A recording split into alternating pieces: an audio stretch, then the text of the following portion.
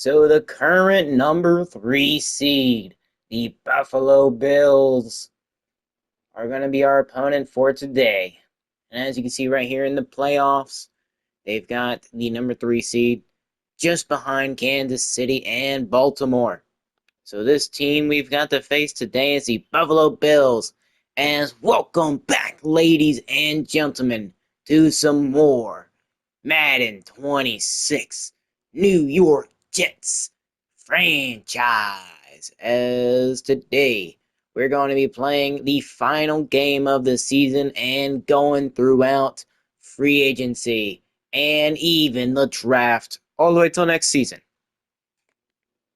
This game against the Bills is not going to be easy, and as you can see, they are 11-5. They're already making the playoffs, no matter what we do, whether we win or we don't. Our records are flipped, vice versa. We are 5-11. We haven't had the best season, and stats-wise, Justin Fields, he's played all right. He's not played the best, but he's not played as bad as we thought he would. And the running game, he's been our lead rusher. Breece Hall got injured twice this season, so that was definitely holding him back just a little bit. And Isaiah Davis came in, filled in, and even Braylon Allen. And then for the receiving, Garrett Wilson struggled. He couldn't even get 600. But will that change today, though? As it seems Alan Lazard was our lead receiver, followed by none other than Rashid Shaheed, who we managed to acquire at the trade deadline. And then Mason Taylor and Colston Loveland there as well. But they're both tight ends. You can't really expect much from them, receiving-wise at least. Both men are rookies as well. So we're going to look to try to get those men involved. And as you see, Josh Allen is actually third on the list for MVP candidate, or for the MVP award behind Joe Burrow and Patrick Mahomes. Josh Allen, he's had a pretty solid season so far. And he's even in MVP contention. He's led his team to the playoffs once again. No doubt about it. And he's even fourth in the Offensive Player of the Year. No doubt about it. If you're in the top 5 for MVP, you might as well count it.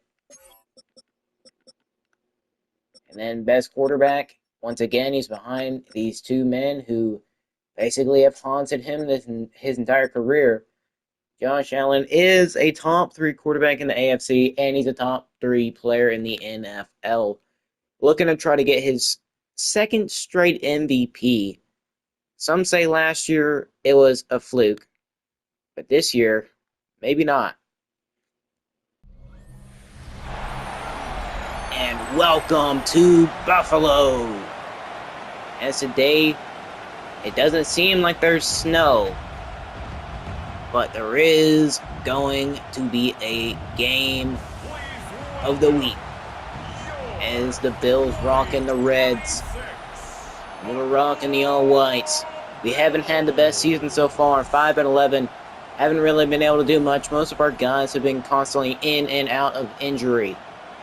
But what will the reigning MVP do in the game against possibly one of, if not the worst teams in the NFL? We're going to be punting this. We're going to be kicking this one away as it's the Bills. We're going to be getting this one first. He's going to return it. And he's going down. Josh Allen and the Bills are going to be starting at the 30.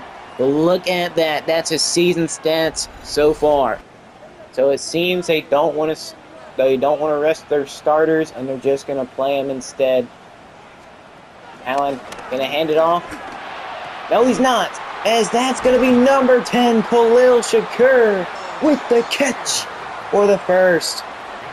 Coming out hot and fast are the Bills. And now Bills 3rd and 10. Looking to pass it.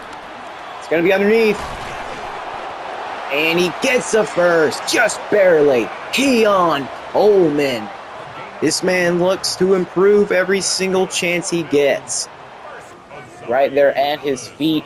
Not able to get anything good on that one.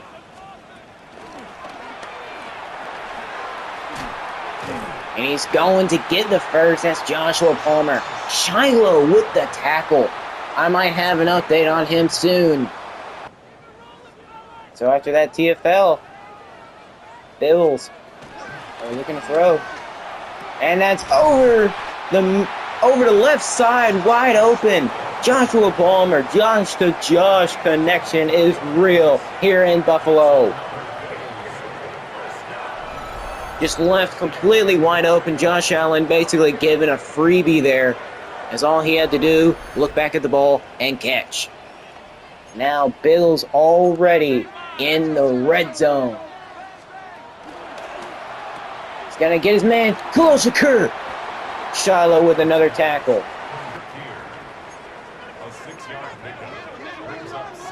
They're going to get in the red zone even further.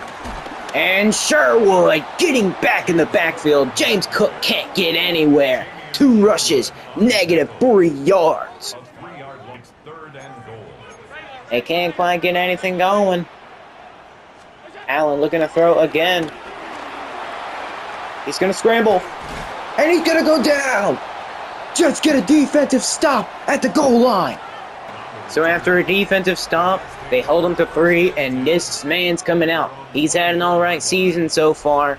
How will he end this one? Defense played rather solid at the goal line. Now it's time for the offense to get cooking. As Breece Hall's back. Gain of 4. So Lazard cannot hold on.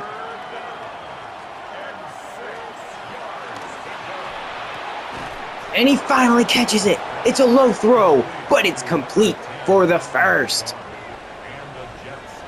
So after a first down, Jets looking to go back. Get another, as he's going to fake the handoff. He's going to roll out. Fields scrambling, and he's going to pick up 9 yards. And a way to use your body. 2 scrambling quarterbacks in the game right now. Breece Hall, first down and more. Doing excellent, as you can see. Managing to power through just for enough of 6 yards. When we've got a solid running back in the backfield, great things can happen for this offense. As he's going to get it again. And another first. Breece Hall showing off. Bills can't stop this run game as it seems for now. He got just enough in that one.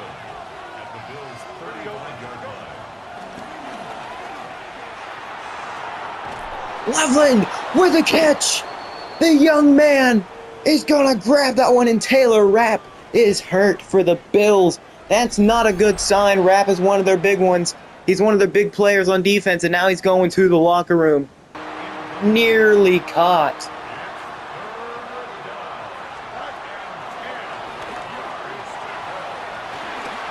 Intercepted, but it doesn't matter. It's out of bounds. We're going to kick for 3. So the Jets go down and tie the game at 3, and as you can see, Josh Allen, like I said before, is 3rd on the MVP list. He won it last year, and he's looking to go back-to-back. Looking to go back-to-back as MVP, but will he? That is a question. And he's got Joshua Palmer again. Shiloh with his 3rd tackle.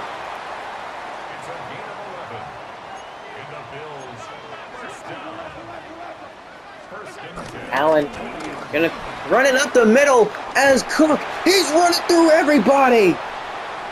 Gardner to beat. Touchdown, Bills. Just like that. James Cook trucking a man, and he had an open hole up the middle. It didn't matter. Big run for him, and Sauce Gardner not fast enough to stop him. Run game has been an issue at points for this team, but now it's proven even more. So the Bills instantly respond, and they are clearly not happy that the Jets scored at all. And that's going to be a run by Justin Fields. He's going to pick up a lot. First down and more. Bills are not ready for Justin and the Jets.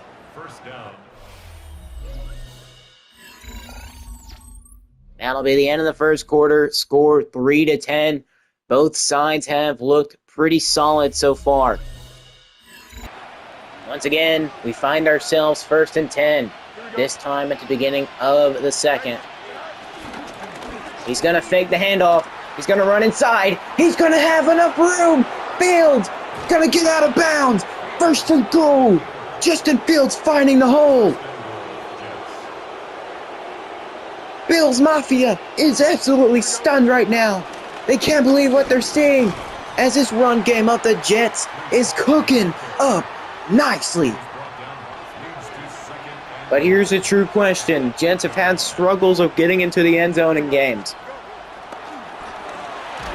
And that's going to be Joey Bosa. Sack. Instantly got there. Nobody blocked him. Breece Hall blocked the wrong guy. Joey Bosa should have been blocked, but he wasn't.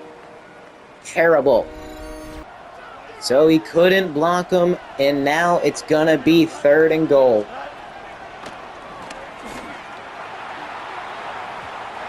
And he should have been pass interference, but it wasn't. We'll take the 3. And Mevis missed the field goal. So unfortunately now we're going to have to look. And James Cook just continuing to truck. This man's a beast. So as they continue to hand it off to Cooks.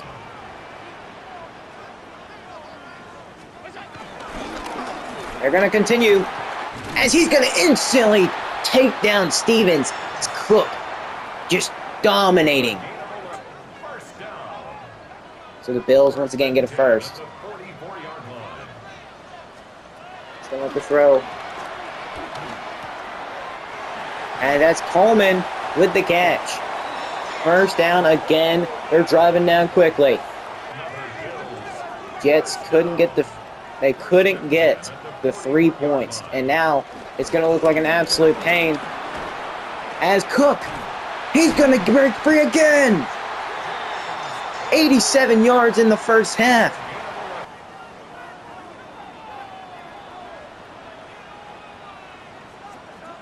What's Allen going to do? He's going to throw.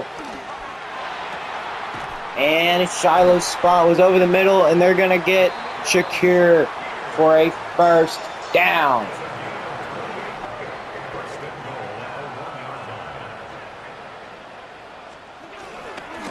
Josh Allen's going to run it. He's going to stiff arm a man and get in. Nobody knows how to tackle because Josh Allen, he's an electric man. What is that celebration? Nobody stopped him. That was actually Will McDonald. No. Will McDonald got sent to the farm. And the Jets, already 5-11, are going for it. He's going to run the ball. He's going to get the 1st and more. This O-line's playing great right now. And it seems Membu has a dislocated elbow. So we're going to have to sub him out. Not what you want to see for the last game of the season. He's going to have to rehab that one in the offseason, unfortunately. Jets have yet to score anything, but they look to change that. As they're going to have their man. It's intercepted. The defense is getting there. That pass play sucks. Intended for Loveland. Justin Simmons picks that one off. This is not going great, as that play has never worked. He had his man Loveland. It's just he couldn't quite go up for it, as Simmons putting more of an effort, literally catching it on top of his head. Josh Allen going to get a chance before half to go down and score another one. Now, Intercepted! Brandon Stevens! Josh Allen makes the critical mistake, and he throws it to Brandon Stevens. First takeaway for this Jets defense. Allen looking for his man. He had several other guys open. Shakir just cannot catch it as it's heavily guarded. Now the Jets, who just threw an interception of their own, is going to come back out. Now Jets on the other side of the field. And Colston Loveland makes the grab with two guys in coverage. What a catch, Colston Loveland! No way! Incredible grab! The defense and the fans cannot believe it!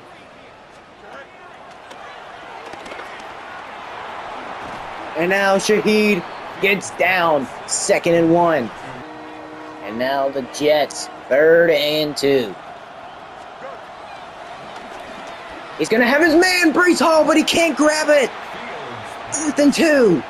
And now the Jets, with 24 seconds left in the half, 4th and 2. We don't like the call, so we're just going to get Shaheed. And he didn't get in. 20 seconds left at the 1. He's going to hand it up the middle. And Breece Hall's getting in. Touchdown, Jets. Breece Hall, instantly impactful for this Jets squad. 18 seconds left in the half. Going for it on 4th and 2. Helped a lot. Breece Hall now getting celebrated like a king, which he is, the king of New York. Look at this. Hand up the middle. Defensive line all squished in the middle, so all he has to do is dive over. And that's going to be the end of the first half. Jets ain't out of this one just yet. 17-10 is the score. Both teams have fought hard, but maybe not hard enough, as we're going to go look at the games around the league here in Week 18, as we've got the 13-3 Ravens taking on the Steelers. Lamar Jackson, who won MVP a couple years ago, throws it, and it's caught for a touchdown by Rashad Bateman. 14-7. Winner of the game is the Ravens. Then we go to the NFC as we got the Commanders taking on the Eagles. The Commanders need to win this as Jalen Hurts gonna throw it wide open in the end zone as A.J. Brown, and the Eagles gonna steal this one 31-20 against the Commanders. Now we go to Miami and New England, as both teams aren't really in playoff contention. But Tua turned the ball over, is going to throw it. A dime to Jalen Waddle. Absolutely beautiful throw as the Dolphins going to go away with this one 14-10. Tua not having the best game. And as you can see, this is the playoff picture. Both of these are going crazy. Josh Allen, he's had a pretty solid game. He did make that mistake by throwing it to Brandon Stevens, and the score is 10-17. Both teams can win this one. Surprisingly, the Jets are still in this. The run game has been splendid. Fullback getting some action. 3rd and goal. Allen sends a man. And it's complete. Keon Coleman, touchdown. Bills extend their lead to 23, soon to be 24. Allen finding his man. They were caught in man coverage, and they just couldn't get there as he was wide open. Jets need to get fired up. They need to start their engines. Field sends a man in motion. He's going to find his man. Shaheed! 1st down. 2nd and 10. Instant pressure right there. And he's going to get it. 1st down. The Jets have nothing to lose. They're going for it. 4th and 10. Not the smartest decision. But when have the Jets ever been smart?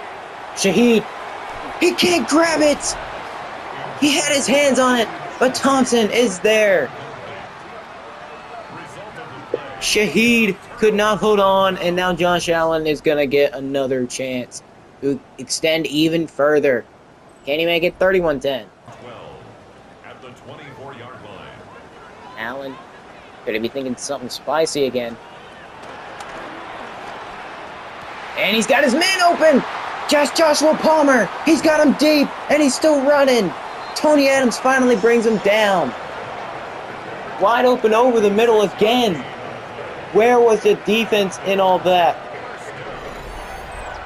As you see, Allen believing he will be there.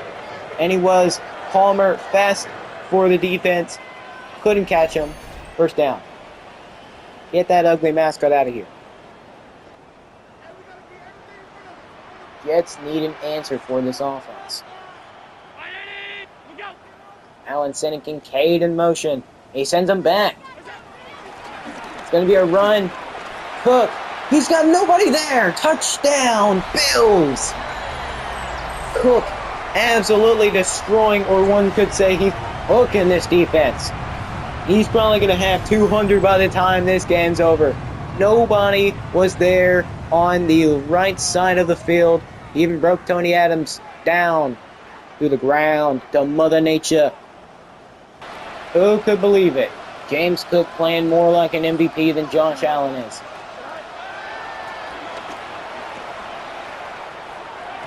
Mason Taylor grabbing it. What is up with this man? He grabs everything. Seems all we have to do is throw it up to Taylor, and he'll get it every time. Taylor goes once again. He's going to reach out. Taylor might be coming back to action. He just needs to stay healthy. If Mason Taylor can stay healthy, no team can stand in this offense's way. As that's going to be the end of the third. Ladies and gentlemen, put up your fours. We're going into the fourth, down 31-10. 21-point deficit is here. Taylor, an awesome receiver, tight end. Jets with 3 yards between them and the first. They're going to run it. He's got his man outside. And Breece Hall picks up enough. He is the go-to guy. He is very reliable. He might not have had the best season so far, but it doesn't matter.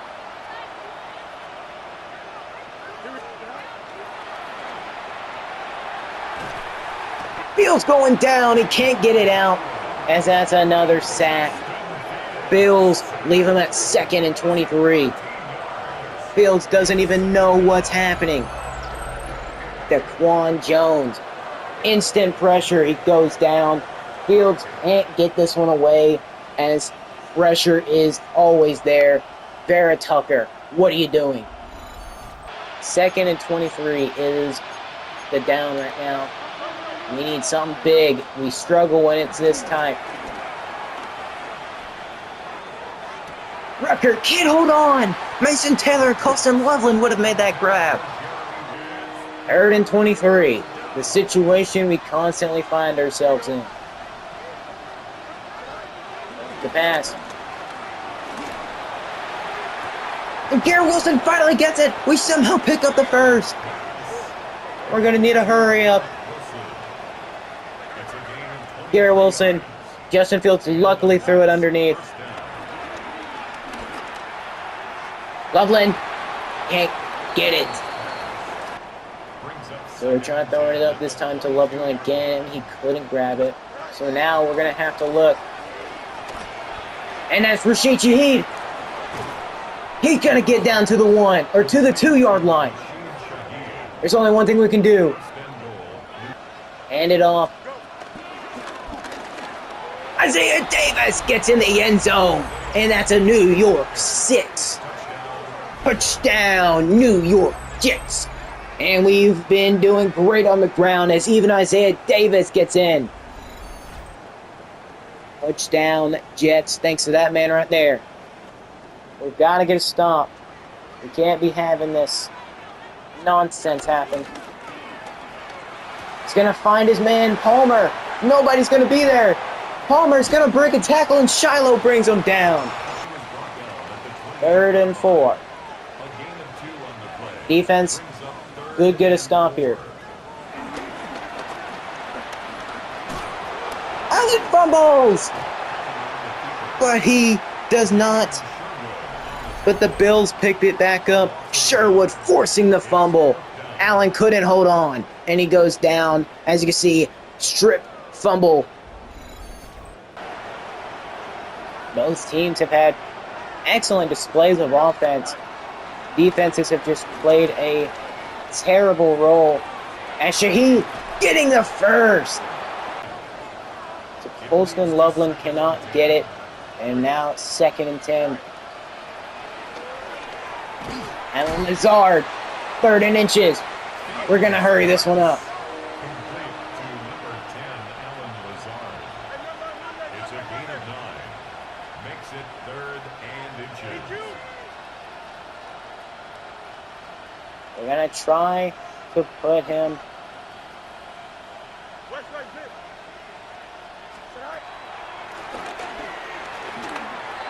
Lazard makes it. No, he doesn't. He drops it. 4th and inches.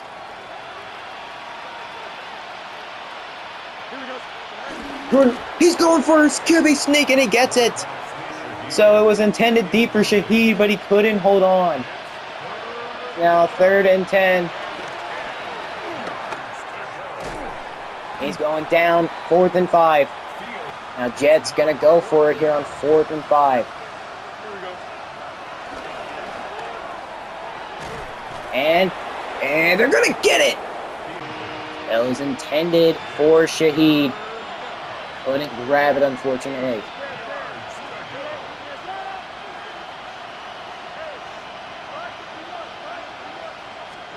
Fields making some changes. That's going to get the first, as they're going to have to run a hurry up again.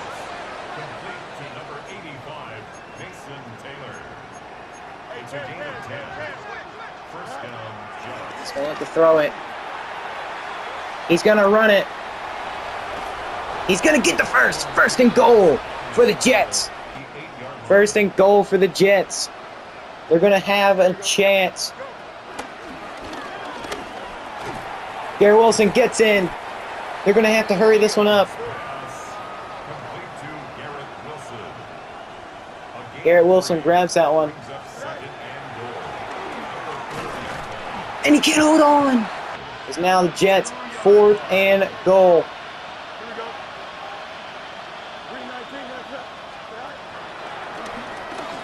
He's going to get his man Colston Loveland with the 6. And now he's going to celebrate. Hit the Quan. Hit the Quan, baby. Hit the Quan. Colston Loveland. He's come up clutch a lot this game, and he's got 6 this time. The rookie tight end. Looking great out of Michigan.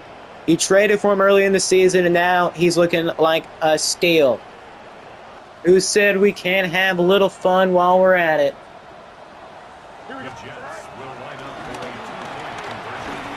And we can't get it off. Well, that was a great way to end the season.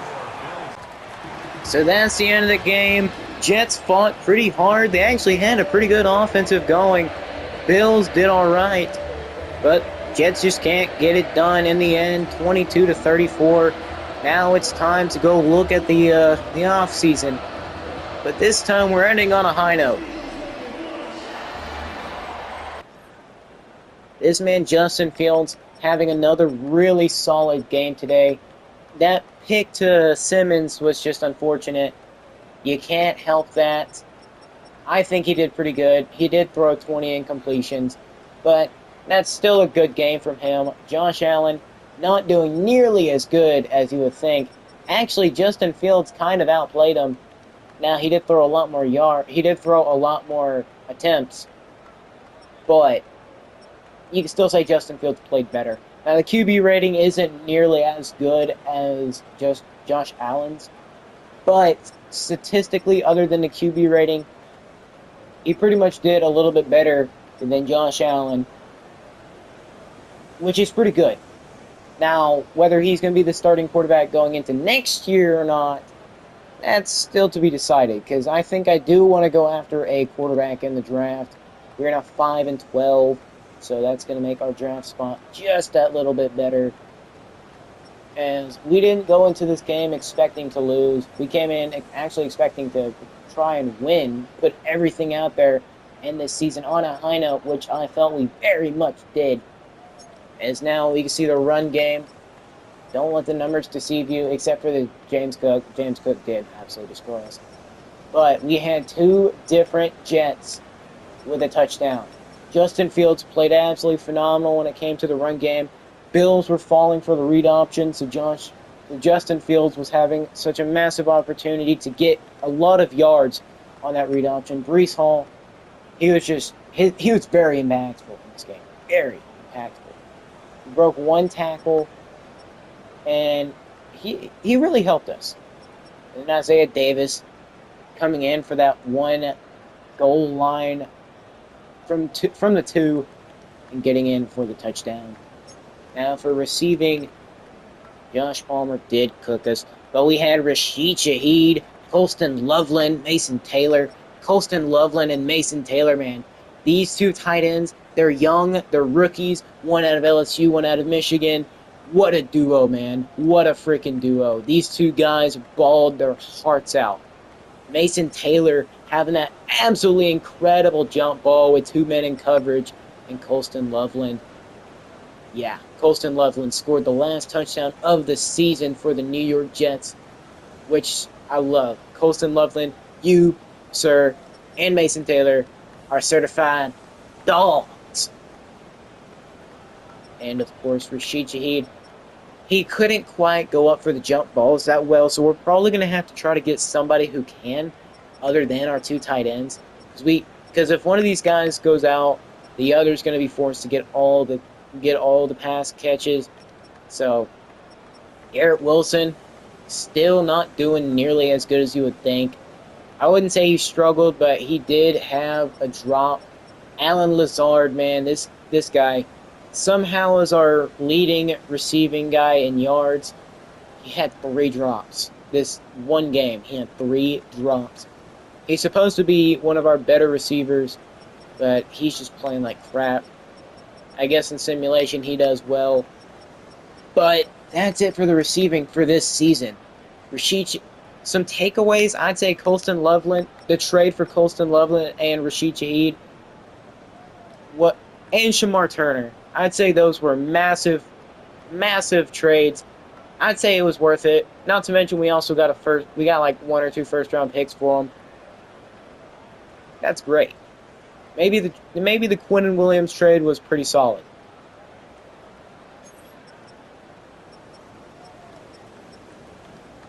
And now for the defense, Jamien Sherwood, the lead tackler, and then followed by Shiloh Sanders, who pulled off I wouldn't say an incredible, but he pulled off a worthy performance. He was the second leading tackler on the team today against one of the best in the league, who I don't think they had any of their starters sitting at all. They played their starters all game. So yeah, Sherwood is the only guy with two TFLs on our team. Michael Carter the second, Andre Sisco, Shamar Turner, and that was pretty much it for our defense and TFLs. Now for sacks, Joey Bosa, man did he show out. He performed really great, showing that he wasn't a fluke. His time at the Chargers was not a joke. His time here is not going to be one either. And then Daquan Jones, the veteran, as well, getting a sack. We couldn't produce one, unfortunately. Now for the picks, Brandon Stevens. Josh Allen was caught up in the coverage. He tried throwing it to his man, Khalil Shakir. But Brandon Stevens was right there in the way. He managed to get there in time. He sat down. He picked it off. Took us back. I believe we scored on that drive as well. And then Justin Simmons, he got that pick over Colston Loveland. Now, I will admit he probably could have went out for it, but Justin Simmons, he was already there, so there was nothing else we could really do. Luckily, he didn't take it back for anything more. And that's pretty much it. Losing to the Bills by 12 points. We go down to 5 and 12, and the Bills advance, vice versa, 12 and 5. And we still have yet to see whether the Patriots or the Titans have won. We will see about that, or whether the Bengals have lost. We will see. That all depends. Where our draft spot basically depends on whether they win, lose, whatever. And now the Patriots, and now it looks like the playoffs have pretty much been figured out as we are now in the wild card round. Can the Bills, who just barely beat us by 12, squeak out a win against a much better Denver Broncos squad? Or will they fall? My prediction, my prediction for this, Bills will lose to the Broncos. The Chiefs will somehow make it to the AFC Championship and end up losing to someone like the Raiders. And then I'm also going to guess, let's say the Panthers take on the Packers in the NFC Championship. Actually, you know what? Panthers take on 49ers in the NFC Championship. And in the Super Bowl, we'll probably, I don't know. It'll be a good one for sure. And mock draft 3 has us falling all the way down to 4. And let's see, 11. 4 and 11. Not looking good. We do have a top 5 pick.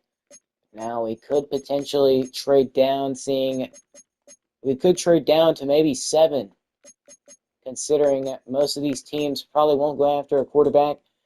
I thought the New Orleans Saints might go after one, but it seems like they want to go after an edge rusher instead.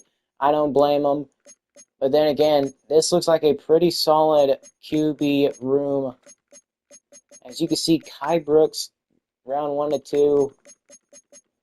What are the other quarterbacks looking like? Still unknown.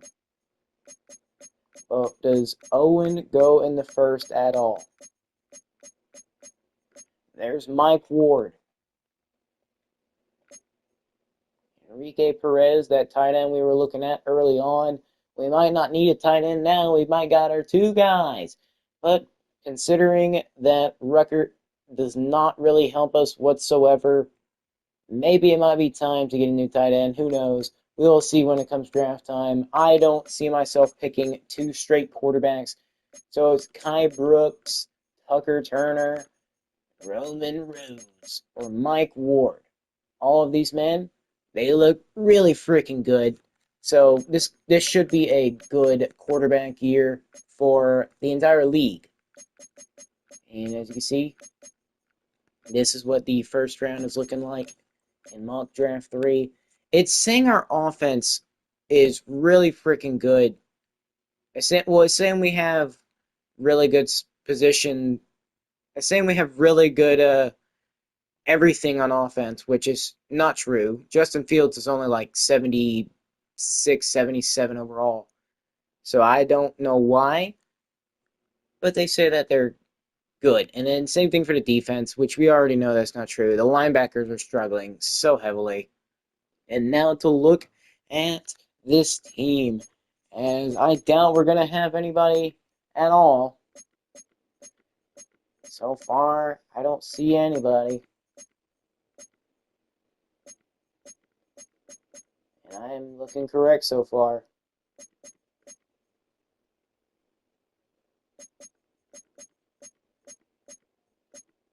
Sherwood. Wow. So it looks like we are going to have a starting middle linebacker. Sherwood manages to sneak in as actually not sneak in, but like he is the best middle linebacker for the AFC apparently. It's awesome. Are we going to have anybody else? And it does not appear so. I'm even surprised we have a guy in there. Sherwood, though, he definitely deserves it. He played really freaking good all season.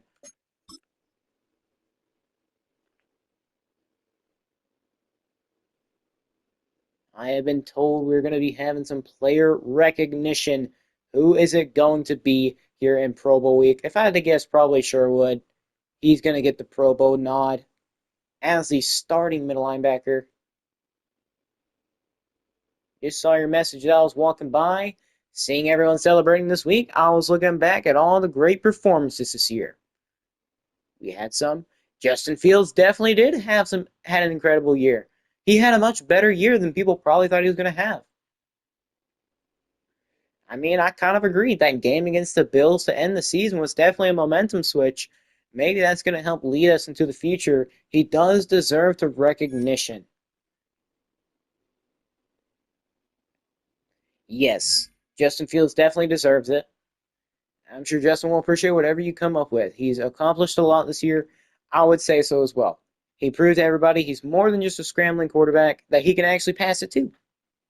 Maybe it's time to change that. As you can see, the two tight ends who absolutely bowled out whenever we watched them, Colston Loveland and Mason Taylor, in the top 10. But unfortunately, when you've got guys like Ashton Jeanty running the ball with the Raiders, with Pete Carroll, who has coached guys like Marshawn Lynch, just to name a few, Sean Alexander, I don't know if he coached him, but they do have great running back coaches there.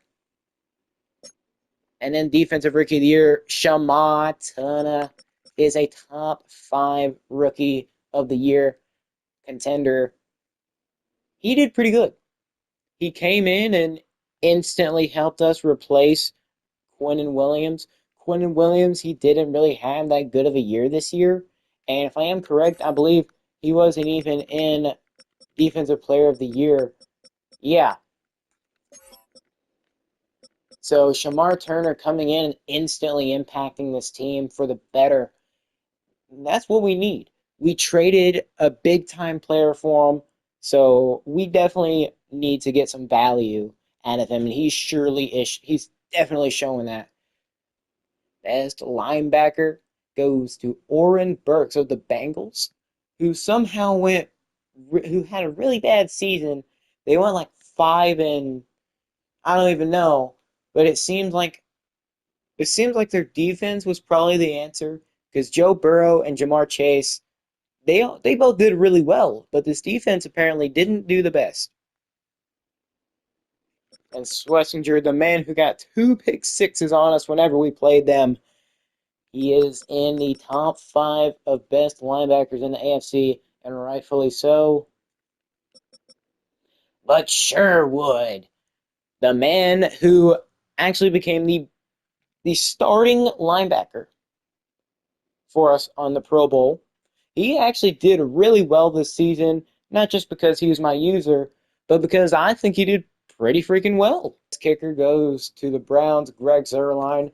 Mevis, who missed a couple field goals in that Bills game, somehow gets up there and is one of the best kickers in the AFC, apparently. I don't know about that, because he did screw us over a couple times, but he is considered one of the best. And as you can see, Kansas City goes back to the Super Bowl for a 4th straight time. They lost to Philadelphia, and Patrick Mahomes had his revenge tour. He couldn't get the three-peat, so now he wants to try to start it back up. And this time they beat the Packers, who surprisingly did really well. And DeMarcus Lawrence for the Seahawks, Defensive Player of the Year.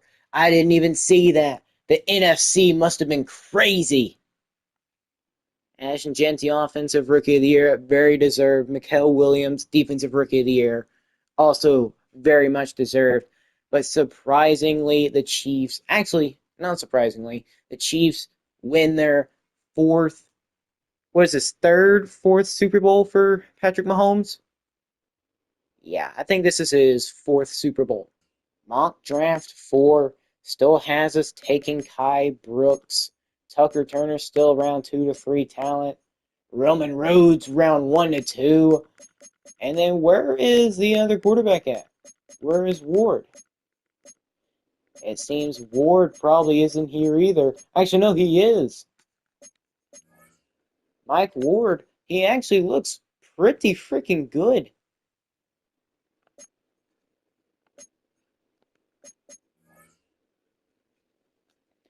But we are going to have to try to think, hey, what do we want?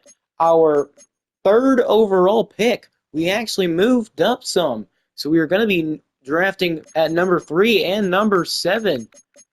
So who do we take? We have 2 top 10 draft picks, thanks to the Bears, who actually gave us their first round pick. They didn't do so good this year either.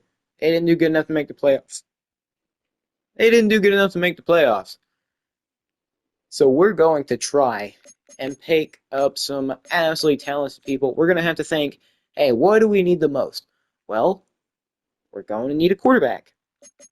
Justin Fields, despite how decent he did this season, I don't think he's the answer. We're probably going to need a running back, but I doubt we're going to take that. We also need a middle line. Actually, we need an outside linebacker. So we're going to have to look for that as well. We might even need a third tight end just so we can keep that tight end group going because Ruckert is not going to be the guy. Roman Rhodes, he is for sure. Holy crap. This man is accurate out the wazoo.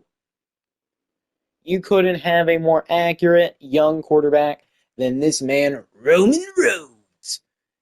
He looks absolutely incredible. His break sack isn't the best, but he's not a scrambling quarterback. He is not. He's not got the best throw power, but he's got pretty great. He's got a fast throwing motion out of California. This man is probably one of the better options in the draft.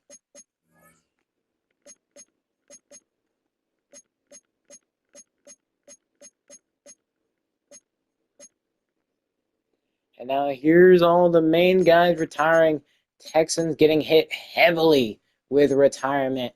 They've got Grady Jarrett retiring, Trent Brown, Danico Autry, a bunch of big-time losses for the Texans.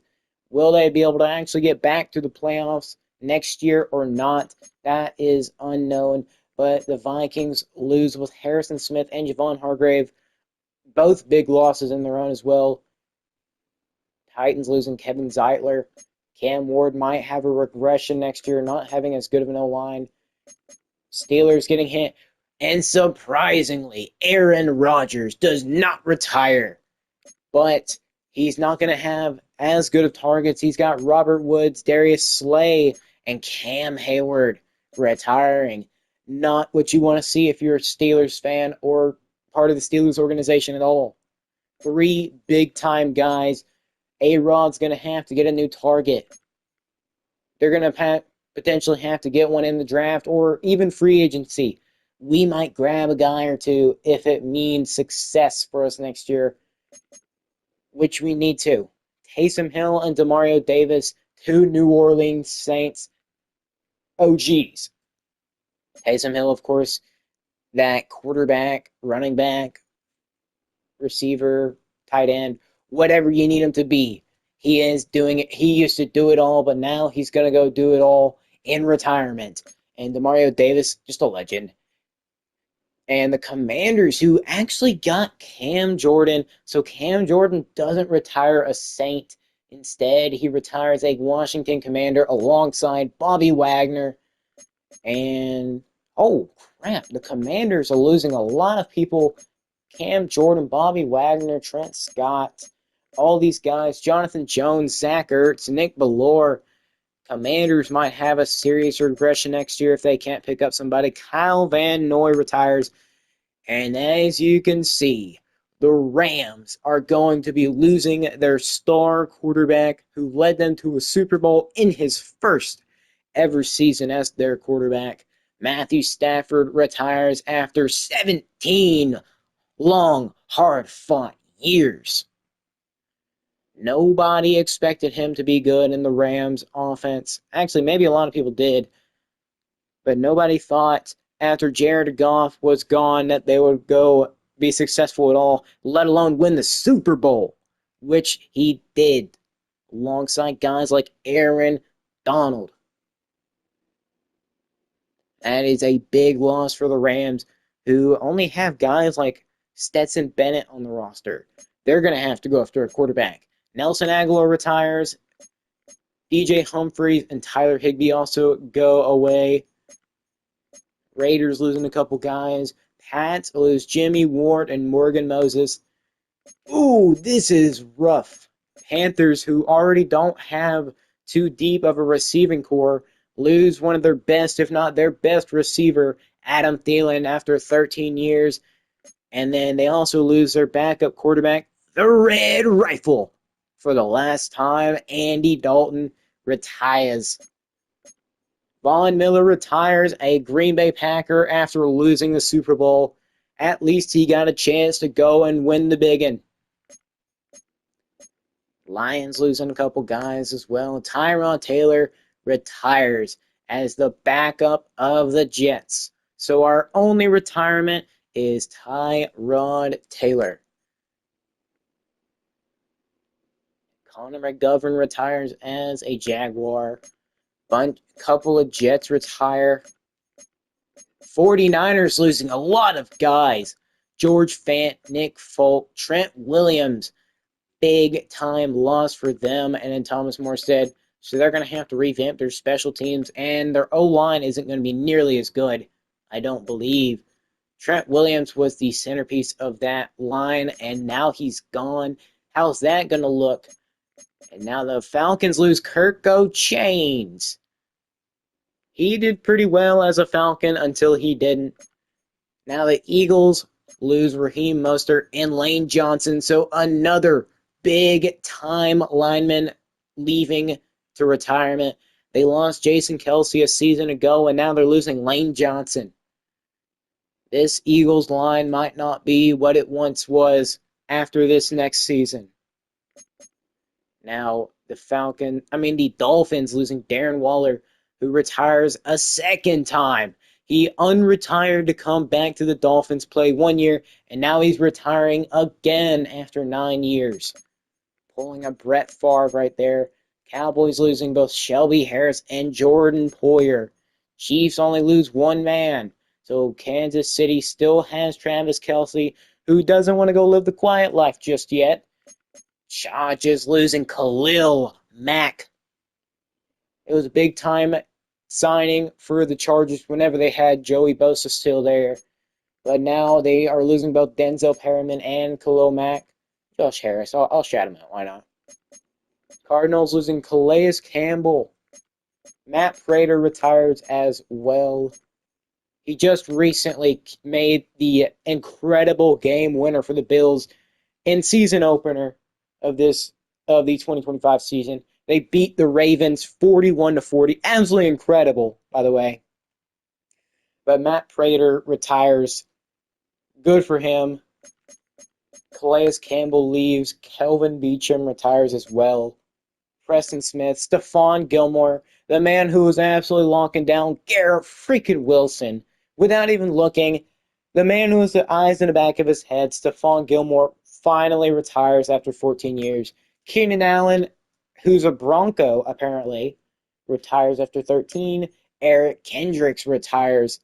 A bunch of notable names actually retiring. Daquan Jones, the man who absolutely cooked us in that last game, retires. And then we've got some guys. The Bears are last on this list. Joe Thuney. Case Keenum retires. And we've got Joe Flacco, Michael Carter. And I'm just going to go through Robert Tonyan, Mo Alley Cox. Austin Eckler retires. Clyde Edwards-Helaire retires. He went from being on top of the world, winning a Super Bowl or two with the Chiefs, to now retiring after 6 years. He felt he didn't want to have to do anything more. He felt he's already succeeded in his career. So he went on. Cordero Patterson, legendary return man. Maybe I'm thinking of somebody else. Maybe not. Michael Thomas retires, not even signing a contract with the Saints for one last time. And then a bunch of these guys, as you can see, Mercedes Lewis, after 20 years, the tight end position is rough on one's body, but he leaves as well. Eddie Jackson, only 9 years, retires. A bunch of these guys just not being picked up or retiring after.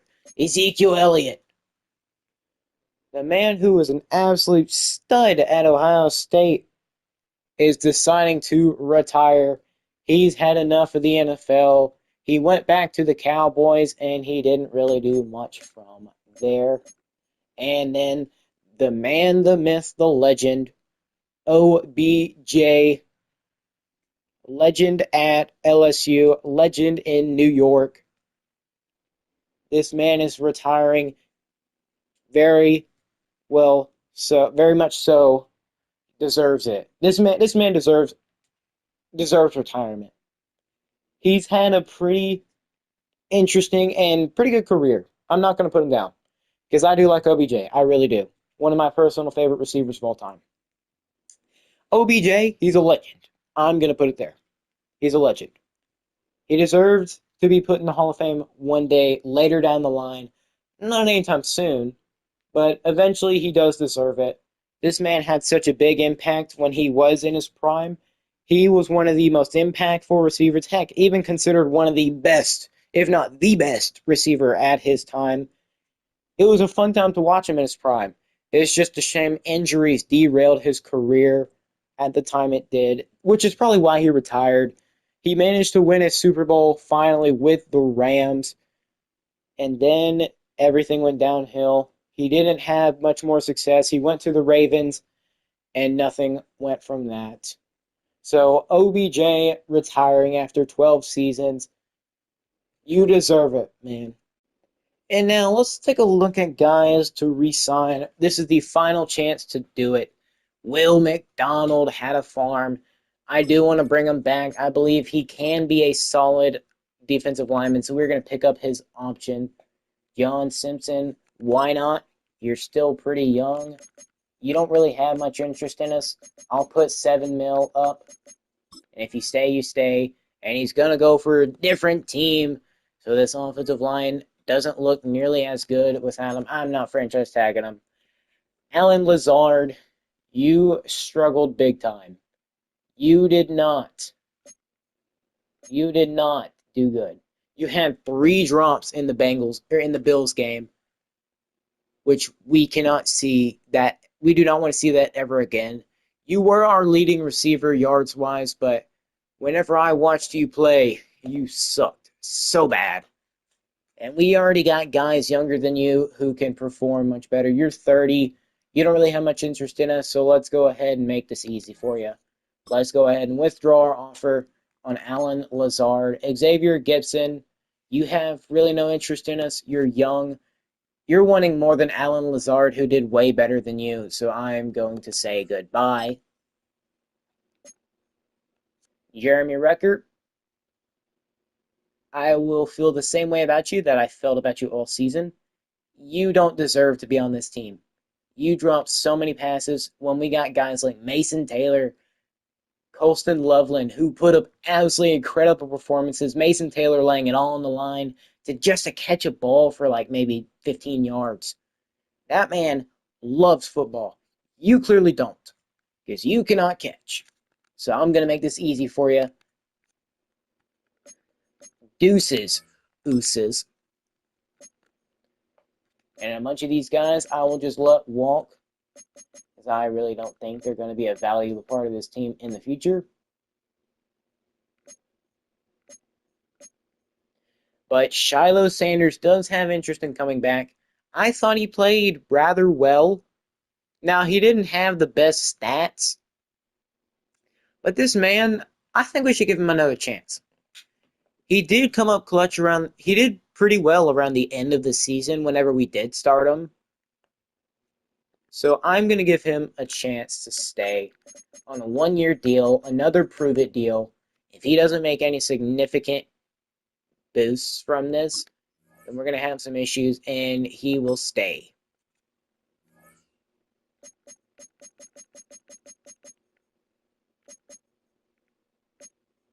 He's done smart. He was that other tight end. He's only 64 overall. He's 27. I don't think he's got enough time to develop. Shiloh, that's a different story. He plays defense at the safety position. I want Shiloh to succeed. I really do. But the thing is, he's got to want to succeed. Now he's shown me a glimpse of what he can be. That Bills game, he was second. He was leading second on the team. The Bills, they were a playoff team who went 12-5. So that is something. When you're performing like that against a good team, that's showing me that you actually might have a chance at being good. Now Harrison Mevis, you don't want much. You are considered one of the best kickers in the AFC. You were top 10, but I don't know. You're 24, so you're still young. I don't think I want you on the team. So Harrison Mevis, I don't think I'm gonna keep you. Austin McNamara, you don't really have much interest in us, so we'll just go and sign some new guys at punter and kicker. Harrison Mevis, you have time to develop. You really do. But for us, we need guys who don't struggle to kick field goals, especially against game. Oh, then again, Bills Mafia, they were going kind of rowdy and crazy. But we don't want to sign you. We don't. And then fullback Andrew Beck, sorry, brother. You're 70 overall, 30 years old. We don't want to re-sign you either.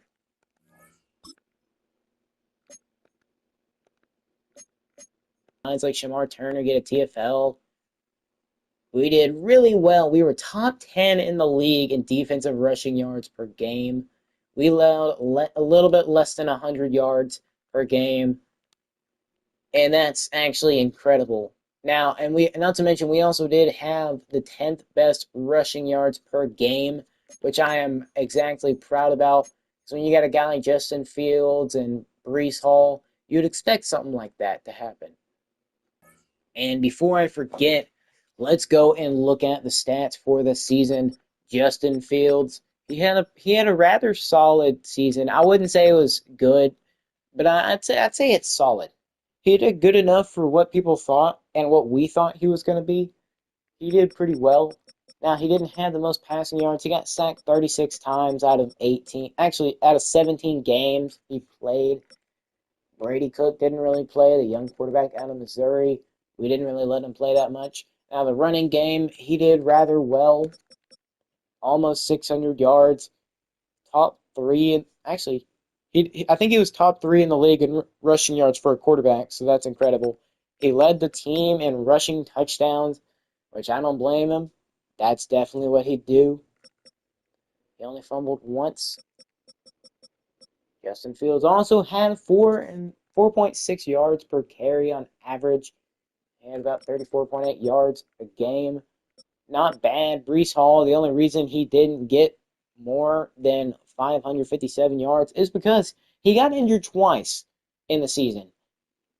And we were hoping he didn't do that because he probably would have gotten about 900 yards rushing. He probably won't run for more than 1,000 yards in his career. Who knows? He might do it next season. This offense, I will tell you, it will look a little bit better than it did this season. Now, I'm not going to say this entire team's going to be completely revamped, or depending on how things go, we might get a new quarterback. Justin Fields, I'm sorry, man. I want to produce a little bit more in the passing game, and Breece Hall can be the help to the run game. You, sir, might just be the backup for now. I wanted to see how you do this year. You didn't do too bad, but you didn't do enough to make me think you are our future just yet. And it seems like Rashid Shaheed acquisition was a great idea. He's only 4 years into the league, so he's still got time to play. He's incredibly fast, and he's already the leading receiver ahead of Alan Lazard, who is no longer on the team. I fired I fired him. I am not keeping that man. He dropped so many passes, it wasn't even funny. It doesn't even say how many times he's dropped a pass, even though they keep track of it. And he also, not to mention, got 50 receptions, most on the team. Alan Lazard did have the most touchdowns, but it was Rashid Shaheed with 2. Probably look for him to produce a little bit more in the touchdowns category next season. He did only play 16 games. Now, it seems like he missed 1, but probably not for us. Garrett Wilson had one heck of a down year. And I'm not talking about a good down year. I'm talking about a crappy down year. Usually you'd see him maybe getting about 900, 800, not even 600 receiving yards for Garrett Wilson. 586. He didn't even lead the team. He had 2 touchdowns, 44 receptions, third most on the team. Not what you want to see for your supposed superstar receiver. Then again, his quarterback was Justin Fields. They do have that Ohio State connection. Maybe it wasn't good enough, though. And then our boys, Mason Taylor and Colston Loveland, they balled out. Anytime I threw it up to them, they were the jump ball guys. Colston Loveland, another really good acquisition. Very reliable when it comes to catching the ball. And he's hidden dev. Actually, it says he's a star dev, so that's good. Having a star dev tight end is incredible. Unfortunately, Colston Loveland is the only star dev tight end that we have, as Mason Taylor is not. I don't believe. Yeah, he's normal dev, but he's still a dog. Don't let that change your mind about him. And then that's pretty much it. Now for the defensive side, you've got a bunch of tackles from Sherwood who very much deservingly earned the Pro Bowl nod. He had 2 sacks, 10 TFLs. Incredible by him. 13 TFLs by Jermaine. Will McDonald had 11. Incredible. Sherwood with 10. Shiloh he got 1. Shiloh didn't underperform like I thought he would. I thought he was going to absolutely be crappy, but he's showing up on the first page. He's 1, 2, 3, 4, 5, 6, 7, 8. He is top 10 in tackles on our team, and we got him. I don't know. We got him a couple games into the season, so it's good to see that he can produce, and we just let him start. I think the Shiloh Sanders experiment is working rather well for now. He did get a TFL, which is great to see. So he at least can get a tackle. And now, Shamar Turner, proven to be great. I'd say good trade. Quinnen Williams didn't produce but 1 sack in 8 games that he played for us, and he's supposed to be a 94 overall X Factor defensive lineman who is supposed to be the best on the team, but it didn't work out that way. He absolutely sold it for us, and he didn't get a single sack until game 8. But Shamar Turner, playing the rest of the season, getting him at the trade deadline, it seemed to work. It seemed like it helped us a lot in the defense because he led the team in sacks. Jermaine Johnson, Will McDonald, who I'm trying to push to be a great player, got 4 sacks.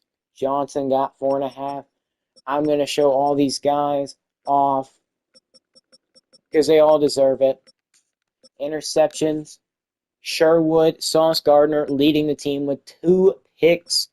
Brandon Stevens, who got that pick against the Bills. Tony Adams, who got the pick 6 on the former Jet A-Rod in week 1. Incredible play by him. Shamar Turner. Oh, well, he didn't. Tony Adams, Brandon Stevens, Sauce Gardner, and Sherwood. All incredible defensive players. And now it's time to see the combine results. Actually, I want to look at Owen Sherman real quick, see how he did. 4.49. So he's got pretty solid speed. I'd say maybe 88, 89 speed. Maybe even better. His attributes look great. He can definitely pass block as a running back, so maybe he might look a little bit more like a fullback than anything. Break tackle, carrying. This man can definitely run the rock. And he's not the slowest, so that also helps. And then Kai Brooks, the man who supposedly is round 1 to 2 talent and not a top 5 quarterback. How did he do? 4.77. He has elite throw power, elite strength. Maybe Kai Brooks is the next quarterback of the Jets. His accuracies do look pretty solid. Under pressure is great. Throw on the run is not so great. He's not really a scrambling quarterback, and he can barely even throw on the run. Maybe he's not.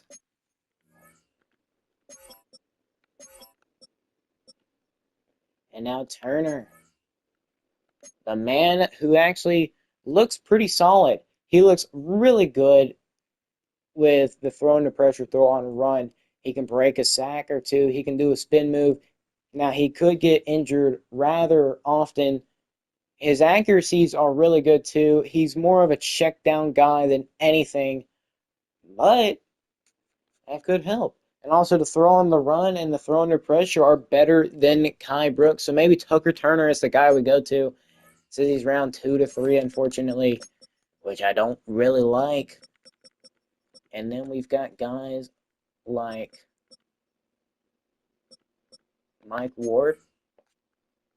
Mike Ward also looks good. How did he do? 4.72. He's not the fastest. He does have great throw power. He did really well at the combine. Top 10 in every single category. He was the best broad jumper. That's nice to see. Mike Ward, who is supposed to have been a top 10 quarterback in this class, throwing the run, throwing the pressure, looks great. Kai Brooks has just been jumped by Mike Ward and Tucker Turner. Awareness is great. Break sack is great. His accuracies are pretty good. Injury looks to be good. Juke move looks to be good. Spin move looks to be solid. Stiff arm, he's a quarterback. He's not really going to expect it. Trucking could even be good as well. So Mike Ward could be a little bit of everything, potentially a Josh Allen type guy. He's only 21 years old out of Oklahoma State, so maybe Mike Ward is the next Jet quarterback.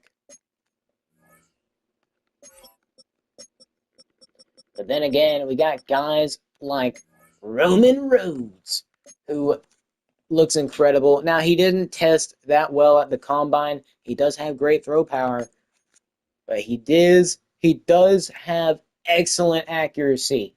This man looks to be one of the most accurate, if not the most accurate quarterback in the draft currently. He is slated to be a round 1 to 2 talent. This man could be it. I'm saying Mike Ward, Roman Rhodes, or Tucker Turner could be the next quarterback. Probably not Tucker Turner. Says he's a round 2 to 3 talent. I like Roman Rhodes. He's accurate. He can get it there pretty easily under pressure.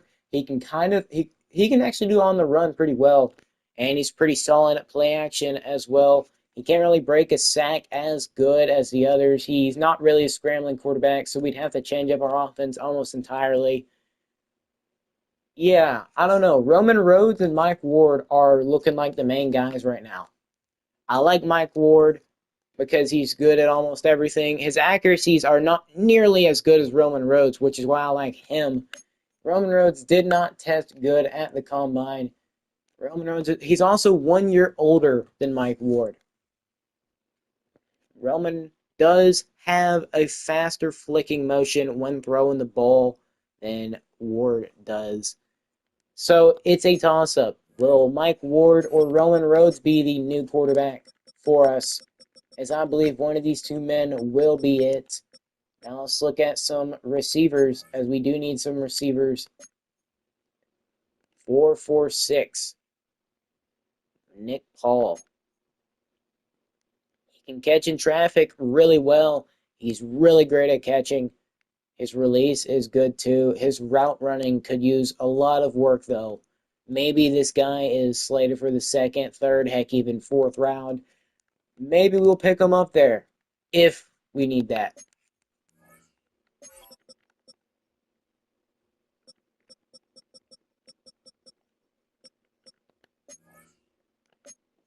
And now we're looking at some guys.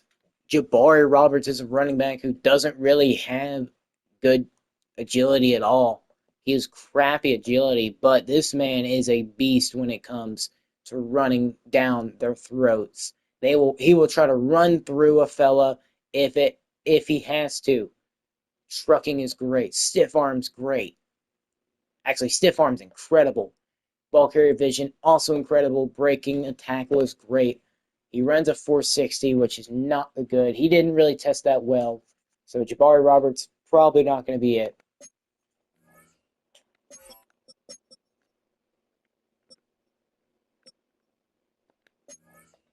This is the supposed number one running back in the class. He tested all right. Third fastest. He had the best broad jump by anybody in the running back group.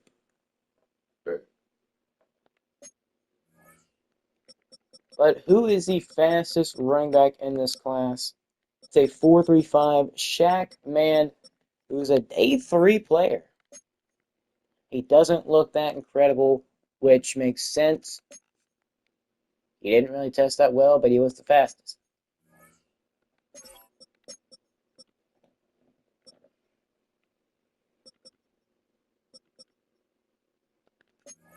Chase Silvers. This man looks incredible as well. Now, he definitely cannot juke or anything as well. He can kind of catch it, but this man has a break tackle and a trucking. Will this man be the white Derrick Henry? 6', 226. Now he's 23 years old, so maybe that puts a wrench in our plans if we get him. But Chase Silvers doesn't look that bad. He's supposed to be round 3 to 4. If he's there, we might try to pick him. We might even try to trade up in the third. Who knows? Because we cannot let someone like this fall that far. Now he does look like a round 3 guy, but he looks like he can definitely run through a fella if he needs to. He didn't really test all that well other than speed. So he's going to be a rather fast trucking guy, which is kind of what I like. So Chase Silvers is definitely on my watch list for the third round. We might have to go after him if that is the case, which I do see could happen.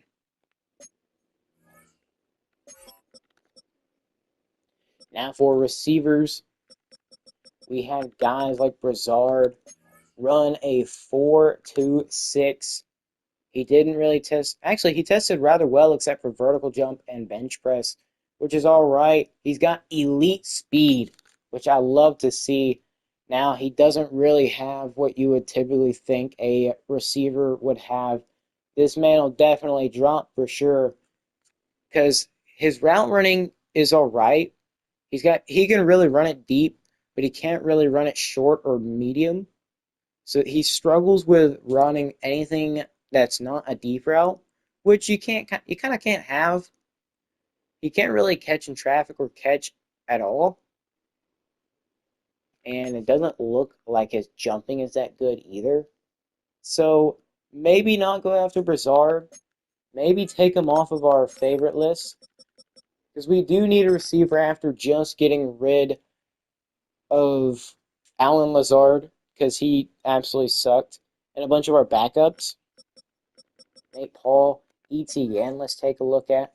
Now, this is a guy that can catch, but he does get injured a lot. He does have a spec catch, so maybe a jump ball is not out of the realm of possibility. He does have excellent vertical jump.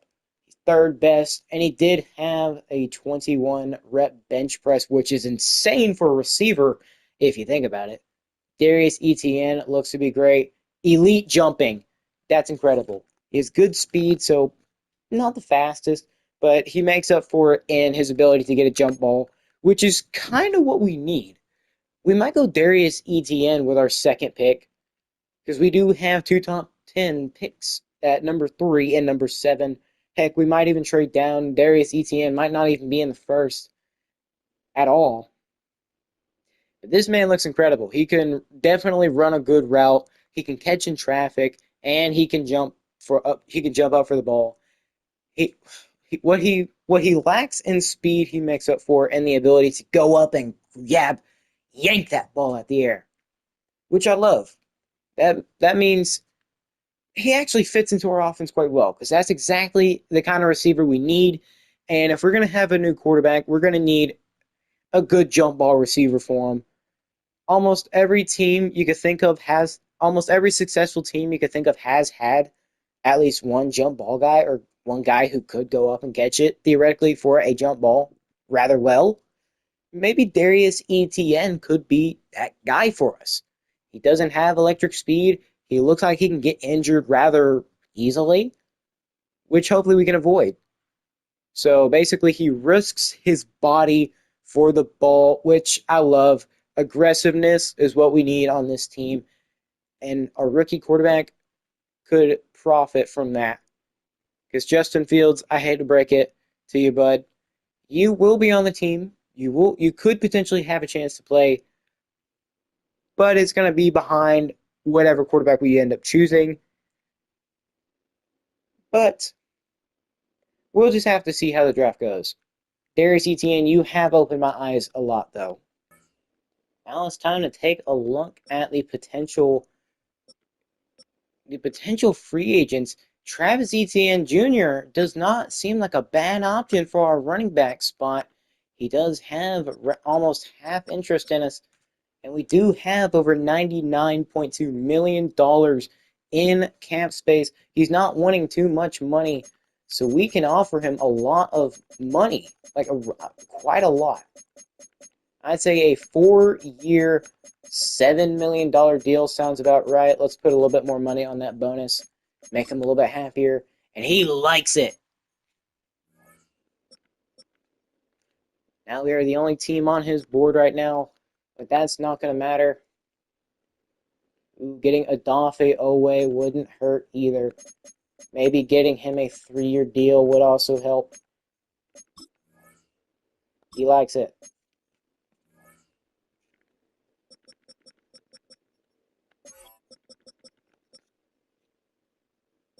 Ooh, nice looking receivers here in free agency. Alec Pierce, Christian Watson. These wouldn't be bad options. D Hump, maybe in his last ever year, potentially. He's already 34, having a young rookie receiver. Alan Lazard obviously has no interest in us. A guy like Traylon Burks would not be bad either. He has tons of interest in us, but we don't want to look for guys who aren't washed up. But anyways, we do need a guy, and maybe D Hump. He has the mentor tag, so if we get a rookie receiver, getting him and Amari Cooper, who didn't retire, do we bring him in? Let's go after DeAndre Hopkins. We will, by the time the draft comes around, have a franchise quarterback. Now, who it is, we don't know. We'll throw a lot of money at you, D Hump. If you like it, you like it. If not, if not. But D Hump could be a great mentor to the rookie receiver that we could potentially have. I'm thinking of potentially getting that receiver as well. Wouldn't be a bad option. And then let's go ahead and try to look at some linebackers. Not really much seeing right here. Shaq Thompson. No, we don't really want to go after anybody too old. I do want to try to keep this team young. Maybe a guy like Devin Bush could help this defense a little bit. I don't know about a 3-year, but a 2-year wouldn't hurt. We will offer that, and he likes it.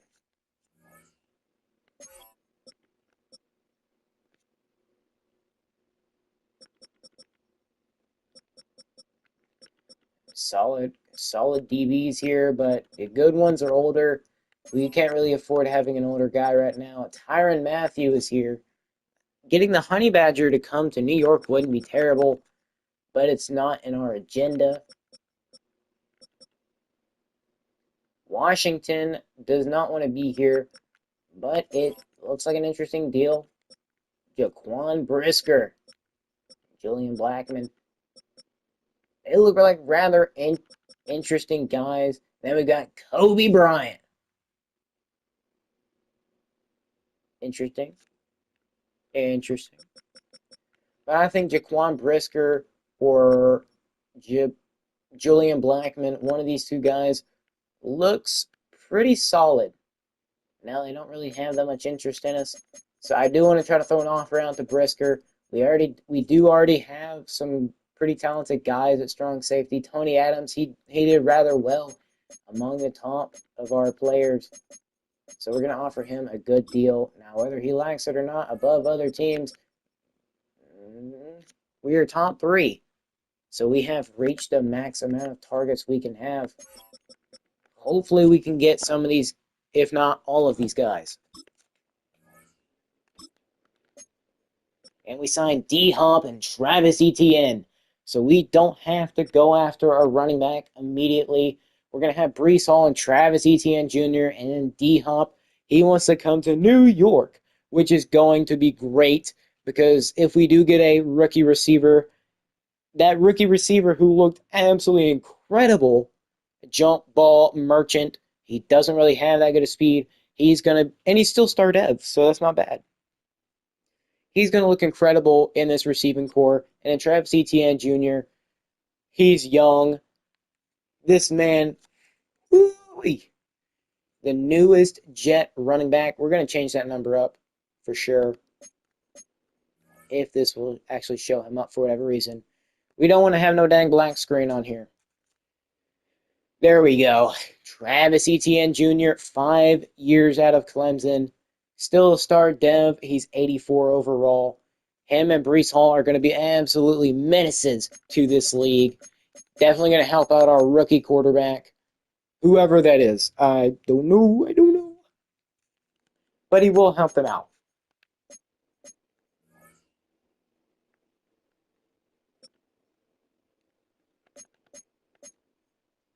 And now, unfortunately, Devin Bush is the only guy left. Jaquan Brisker deciding to go to Jacksonville.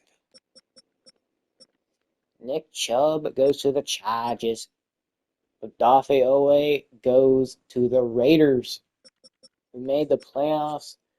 Tyler Algier's available, but we don't want him. Reed Blankenship goes elsewhere. Najee Harris still available. Nobody's interested just yet.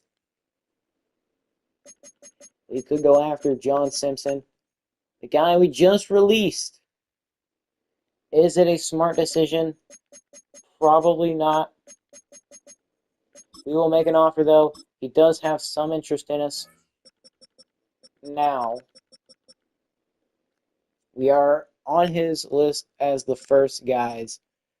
Maybe not a smart decision, but we're going to bring him back. Julian Blackman, let's go ahead and just put an offer on him. We have plenty of money to spend. I don't want to spend too much, though. I probably am going to stop myself around like 30 mil. Because we can make a bunch of offers continuing from what we have. Simpson, we're first. So we're first on everybody's list so far. Getting a bunch of these guys would definitely help. Who's quarterback right now? Russell Wilson, A-Rod. Nobody's interested.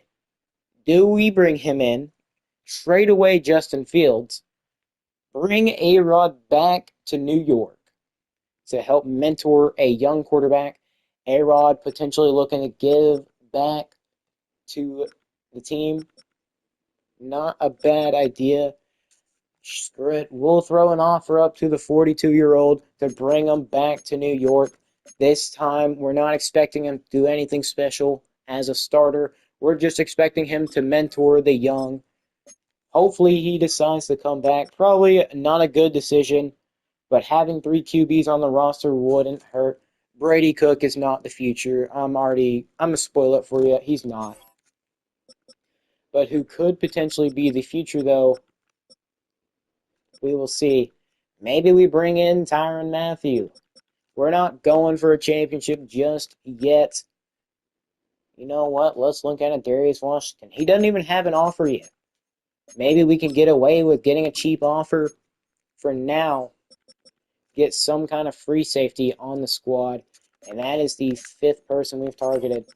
So we're going to look at this. We're first on everybody's board. How will this go? So Rodgers and Washington still evaluating their options. Devin Bush finally comes, and Julian Blackmon. So we managed to get better at strong safety. We might move him over to free safety if we have to, and Devin Bush definitely helps us at linebacker, of course. But A-Rod and Washington, they seem to be playing their options, but nobody still wants to choose them as the players of their choice. You know what? We might just go after Corey Borquez. Make an offer. We do need to get a kicker and a punter. So why not go after him? Will Lutz is here. Jake Bates. Why not? We're going to take Detroit's kicker, a guy who played in the UFL. Didn't kick since high school. He's a younger kicker. I believe he can make it. He's got incredible kick power, 98 power. Incredible. His accuracy can use some work, but he does look incredible. Will Lutz has 97 kick power, but he's 32. I want a guy like Jake freaking Bates to come in and kick the lights out, become the best AFC kicker in the league. I don't hate that. I really don't. Maybe Washington, if he ever wants to come play for us, he will.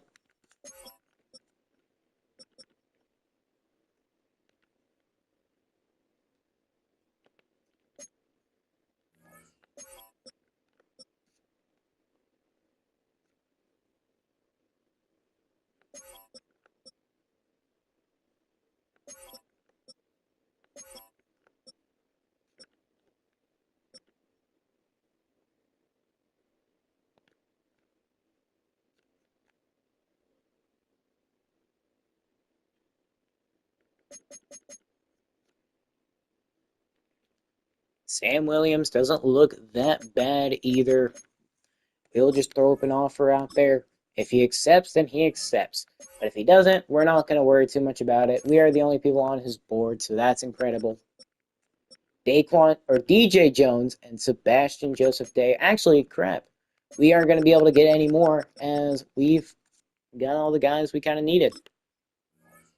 And most of the guys are going to be done. And it looks like we're going to get Jake Bates, Borquez. We're going to get Washington finally decides to come to New York.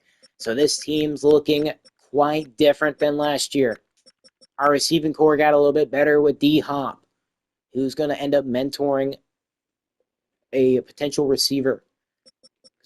D-Hop is obviously not going to be the long-term solution at receiver. He is a mentor. He's got that mentor tag, which is the main reason why we got him on this team. If we do plan to get that receiver, which I do, the jump ball merchant is what we're going to call him. And that's going to be incredible. Travis Etienne Jr. helps round out this running back core. We don't have three guys, but we have Travis Etienne Jr. and Breece freaking Hall. That's going to be a scary duo for years to come. Corey Borquez, the best punter available, and then Jake Bates, arguably the best kicker available. Devin Bush helps out this linebacker core a little bit. Washington and Blackmon definitely help out that DB group a lot. I expect the safeties to improve a whole lot. Now, Shiloh might not be starting the first half of the season. We might let him start around the end of the season. I want to get Shiloh. My goal this next season is to get Shiloh up to at least a 70 overall.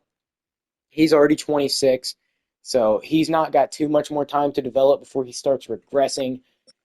But yeah, I think our acquisitions so far look great. A-Rod still hasn't gotten another offer, and Sam Williams, he seems like he's doing all right. And it seems Aaron Rodgers is officially a member of the Jets once again.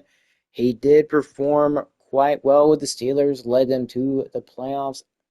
Actually, at the beginning of the season, he was performing quite well, but then he ended up not making the playoffs, I believe.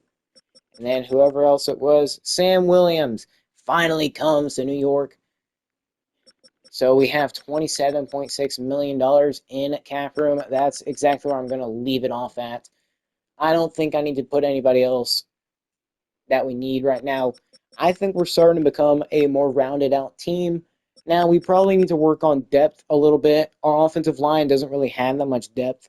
I don't want to spend too much more money on free agents this year at the least.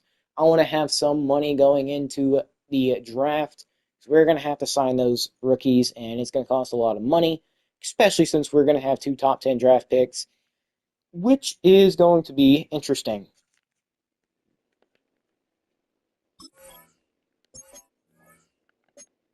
And we're going to go look at the current free agent signings. Taylor Moton to the Falcons. Nick Chubb goes to his third team. He went from the Browns to the Texans and now to the Chargers. Odafe Owe, who we ended up actually trying to target before, goes to the Raiders. Jaquan Brisker, also another guy we were looking at, goes to the Jags. Tyrann Mathieu goes to the 49ers. So does Rasheed Walker and Reed Blankenship. I think they're trying to build up. They're trying to build up. Maybe Pete Carroll's trying to build another Legion of Boom, but this time it's in the black and silver. Kendall Fuller goes to the Panthers. John Simpson, our former left guard, heads off to San Fran. DJ Jones also goes to San Fran. Man, San Fran's getting a lot of guys. So it looks like they're trying to bolster up their offensive line just a wee bit and their defensive line as well. Maybe they got hit pretty hard. Who knows? Actually, they did get hit pretty hard. They lost Trent Williams, and now they're trying to find their answer on the O-line. Justin Simmons goes to Pittsburgh. Christian Watson decides not to go back to Green Bay, but instead goes over to Indianapolis, and Alec Pierce goes to the Jags. So basically, Christian Watson leaves Green Bay because they don't believe in him. They got Matthew Golden, and now Matthew Golden's shining, and Alec Pierce also left the Colts to go pursue other ventures, and the Jags just convinced them. Steelers. Wow. Steelers could potentially be the last team with Amari Cooper. Brandon Scherf goes to the Titans. He's getting older, but then again, he is still a quality guard as he's still a superstar dev. So that could help him a lot. And as you can see, a bunch of these players. Wyatt Teller goes to the Eagles. Shaq Thompson to the Chargers.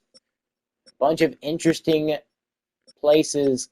The Eagles trying to refill up that offensive line after losing both Lane Johnson and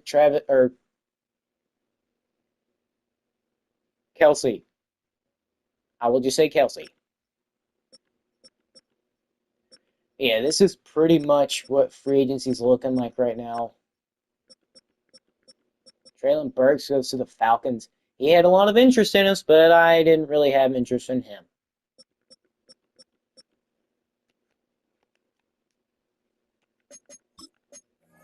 And then the mock draft 5. They have us taking Enrique Perez. They have us taking a tight end. I don't see it. I think Mason Taylor and Colston Loveland are going to be a good tight end duo. I don't think I'm going to take a third tight end. It doesn't seem a quarterback's going to be going until pick 9 anyways. Kai Brooks supposedly going to try and replace Kyler Murray? Wow. So the Cardinals have lost faith in Kyler Murray. That's interesting. Steelers, who just lost their starting quarterback in Aaron Rodgers, who went back to New York to become a mentor for a potential new quarterback. Tucker Turner is supposed to go replace Matthew Stafford. They did just lose him. He retired finally, and the Texas quarterback could potentially be going to the Rams. And now, is there anybody else? Roman Rhodes, one of the most accurate quarterbacks in the league. They're also saying he could go to the Rams. That'd be absolutely hilarious if we go one of the quarterbacks like Mike Ward, and then the Rams take 2 quarterbacks, which would be absolutely hilarious as they're only 7 picks apart. Taking 2 quarterbacks would be absolutely stupid, but it could be possible. Rams might not have 2 quarterbacks they feel confident in. Now, taking two of them in the first round, that's a little interesting strategy you got there. But I won't put it past them. And now that receiver we were looking at does not appear to be in the first, as actually it doesn't even look like there's going to be a single receiver in the first at all. So we might be able to trade down from pick 7 and get some value. We might be able to trade down a little bit further. Saying Eric Madrano, who actually looks pretty solid. Holy crap. Maybe Madrano is the answer at tight end. I'm not going to say that I need any, but this man looks generational. And he did really freaking well at the Combine and Pro Day. This guy might be generational. Maybe we do take a tight end. Oh my. Awareness is great. Catching's great. Route running's incredible. This is a freaking receiver. Maybe we take Madrano. He's got elite speed. What is with this man? Madrano, maybe he's just too good to pass up on. What? Madrano out of nowhere looks like a stud. This might be generational. He's 6'6" out of LSU. Another LSU tight end. We could team him back up with Mason Taylor. This man had to sit behind Mason Taylor and learn, and maybe he took it far. This dude looks incredible. Not only is he an excellent athlete, but this man is a freaking stud as well. He can block for us, kinda. Well, no, not kinda. He's not the best at impact blocking, but this man can do it all at tight end. And he's supposed to be around 2 to 3? Are you kidding me? Okay. I might have to trade up. There is no way I'm picking him this early in the first round. It says he's around 2 to 3. So I could trade down for him, and it doesn't appear that receiver is going as well. This is incredible. I can't pass up on a guy like Madrano. So maybe later in the first, if we got to somehow get two picks in this first round, or 3, because Madrano looks like a stud. Maybe we can have a dominant offense with Madrano, whatever quarterback we pick, between Mike Ward and Roman Rhodes. One of those two are going to be our quarterback. I can guarantee it. One of those two. But this man Madrano, maybe getting that receiver, maybe getting that quarterback, maybe getting this tight end. Madrano is a freaking beast, I tell you. And he's only 22, shows good to play, so he doesn't get flagged. He needs to work on simple concentration drops. He has great body control. He's going to toe drag swag all he wants. Fights for every single inch, avoids big hits. And he doesn't struggle with jumping up to get it. This man is a generational vertical threat tight end. We cannot miss on him. Welcome to the NFL Draft. And here we go. Welcome to the first draft of Madden 26 New York Jets franchise. As you can see, we've got 2 top 10 picks. Now, what we do with those picks, I don't know. I know for number 3, we're probably going QB. There's a lot of good QBs in this draft. We are going to have our pick. But as for the number 1 pick in the 2026 NFL Draft, New England Patriots select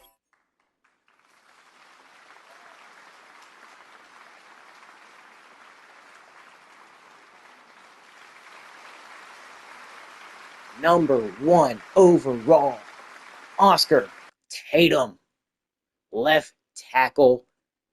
Pretty solid pick. They were trying to protect Drake May, which they very much need to. At least they don't try to go QB and replace him. Saints, though, they could need to go quarterback. But they don't. They take an edge rusher, Ben Fox. Now we have the number 3 pick. Where do we go? Let's see what options we've got at trading down. We've got the number 25 pick, number 20. And not really many picks that are that close. Not too many teams looking to trade up. The Cardinals looking to trade up from number 9.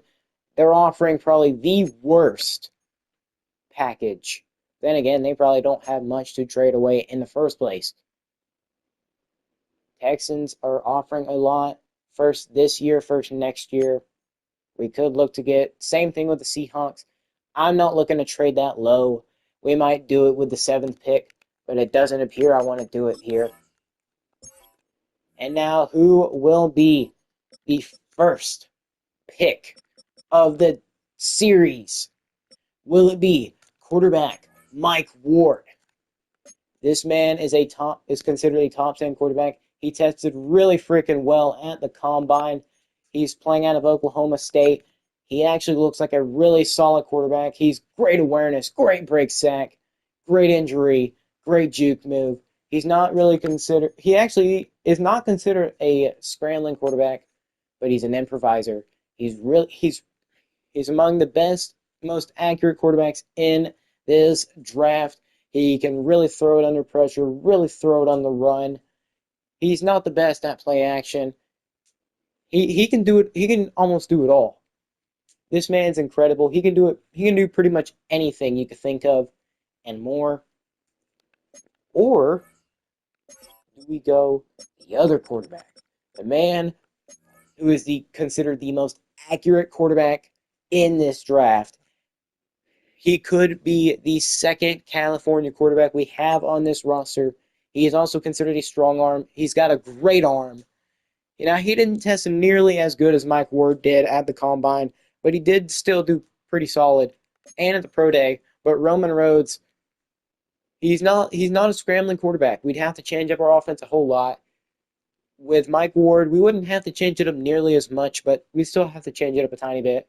Either way, we're going to change up our offensive playbook just because we can't really handle an offense like this without having a quarterback like Justin Fields. But Justin Fields is not on the level of one of these two.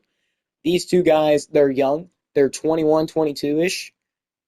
Now, Roman Rhodes, he can do pretty much what Mike Ward can do, except he's way more accurate, and he can't really scramble.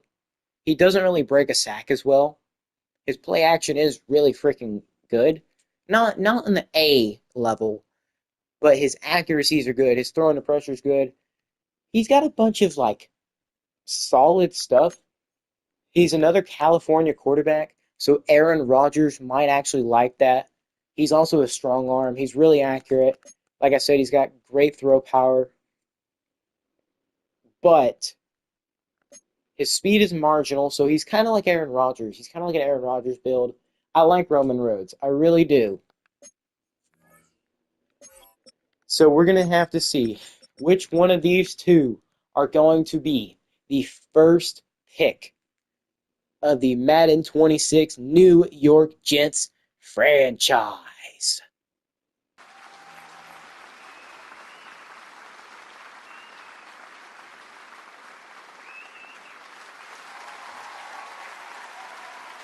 That is right, ladies and gentlemen. It's going to be quarterback Mike Ward out of Oklahoma State. This man, he's an improviser. He looks incredible. This is the second Ward taking high. Apparently, he was number 35. Pinpoint accurate on immediate throws, makes tough throws look easy, feels pressure, and delivers under fire. I just thought he looked really well. He's only a normal dev. Are you kidding me? Oh no. That is not what you want to see out of your quarterback who you took. That is not good. Not good at all. But he does look really good, though. He can throw on the run. I don't know how he isn't at least a star. This might be a robbery. Maybe Roman Rhodes was the answer, but I'm not going to back down. Mike Ward was really freaking good. He's not going to get injured. His juke move is incredible. He can scramble out the pocket if he has to. His speed is 81, so he's not completely helpless. He's got great excel, great agility, great change of direction. He looks like a solid quarterback. Now, him having normal dev is a little upsetting. I thought he was going to at least have star Because look at this. This is about the most balanced quarterback you can have. He looks incredible. He's built for the NFL, 6'3", 232. Probably on the heavier side for a quarterback, but it's okay. His play action ain't the best, but he's pretty much a well-rounded quarterback. I'd say maybe 78, 79 overall. He does look pretty solid. I would consider trading down a big win for us. Not many teams are offering their first-round pick this year. And then for a first next year. Not many teams wanted to trade this year's pick. I'd say probably the best-looking one right now is the. Well, I wouldn't say Commanders. They kind of had the same as the Cardinals earlier. Now, if I trade down to the Seahawks, I don't know.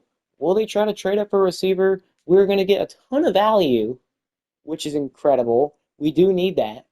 Getting a good pick next year would help, whether Mike Ward is good or not. I thought he was going to be really well. I'm still upset that he was not better than we thought. But Seahawks, we're going to trade our 7th pick away to the Seahawks. If they take ETN or Medrano, I'm going to be upset. Ooh, and Seattle goes Kai Brooks. So Seattle looking to potentially change their future, get the next Russell Wilson. And Roman Rhodes is your new Steelers pick. That's going to be an interesting game to play against. Steelers, who we had to play against them this year, who had Aaron Rodgers. Aaron Rodgers will help hopefully mentor Mike Ward into becoming something. Maybe it was a big mistake not taking Roman Rhodes. The 2 California quarterbacks could have been an interesting go. But now Roman is going to Steelers Nation. And Rams go quarterback as expected. They needed to replace Matthew Stafford, and they're very much going to. Enrique Pineda goes to the Lions. And if we can manage to hold out for one more pick, we'd be able to take our man. And we're gonna get him. And the big jump ball receiver, the glass cannon build, is coming to New York. The reason we got DeAndre Hopkins was so we can mentor this young man right here. Wasn't an incentive. Maybe we told D-Hop our intentions, and it's what happened. We were looking for this man to become the next jump ball legend. He's A+.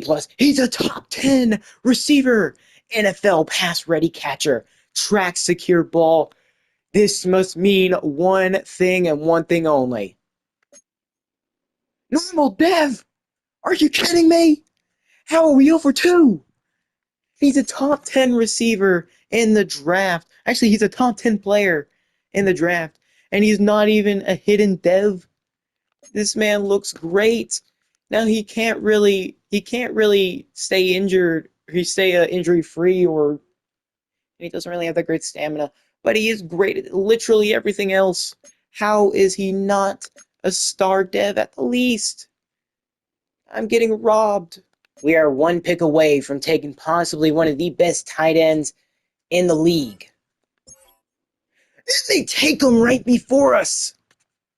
And the Saints are going to take the guy we were looking for. That man looks so incredible at tight end. It's unfortunate we aren't going to be able to take him. That was the plan. We were looking to take the ultimate trio, but unfortunately Eric Medrano goes to the Saints. We aren't too worried though. Even though he probably would have been really great, he would have been something special. Eric Medrano goes to New Orleans to replace Taysom Hill. I should have seen this coming. They had one of their starting tight ends retire, so it's only fair. So now I don't even know where I want to go with this pick. We do still have a couple guys left. We have Chase Silvers there, Nick Paul, Tucker Iso. I don't know. I don't really know where I want to go with this pick. Not too many spots that we need to take. Let's look at some of these other guys. Mike Barker doesn't look too bad. He kind of looks just as good as most of the other guys. This might have been a really good This might have been a good tight end class as well as quarterback class.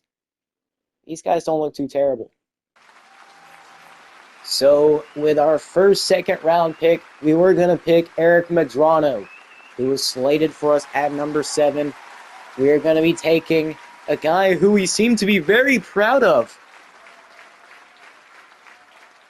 We're going to be taking the tight end, Mike Barker. Tight end out of Florida, number 60, and it's saying we drafted him at 35. Normal dev. So we have had no luck with drafting so far. I thought he looks really good. He looks rather promising.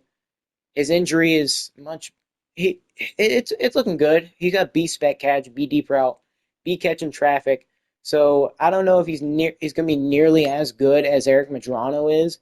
Played college basketball for 2 years, too fast for linebackers, which you love to see. He's got 84 speed, so if 84 speed is too fast for linebackers, that's great. 88 excel, so that's not terrible either. Soft hands, not bad. B minus pick.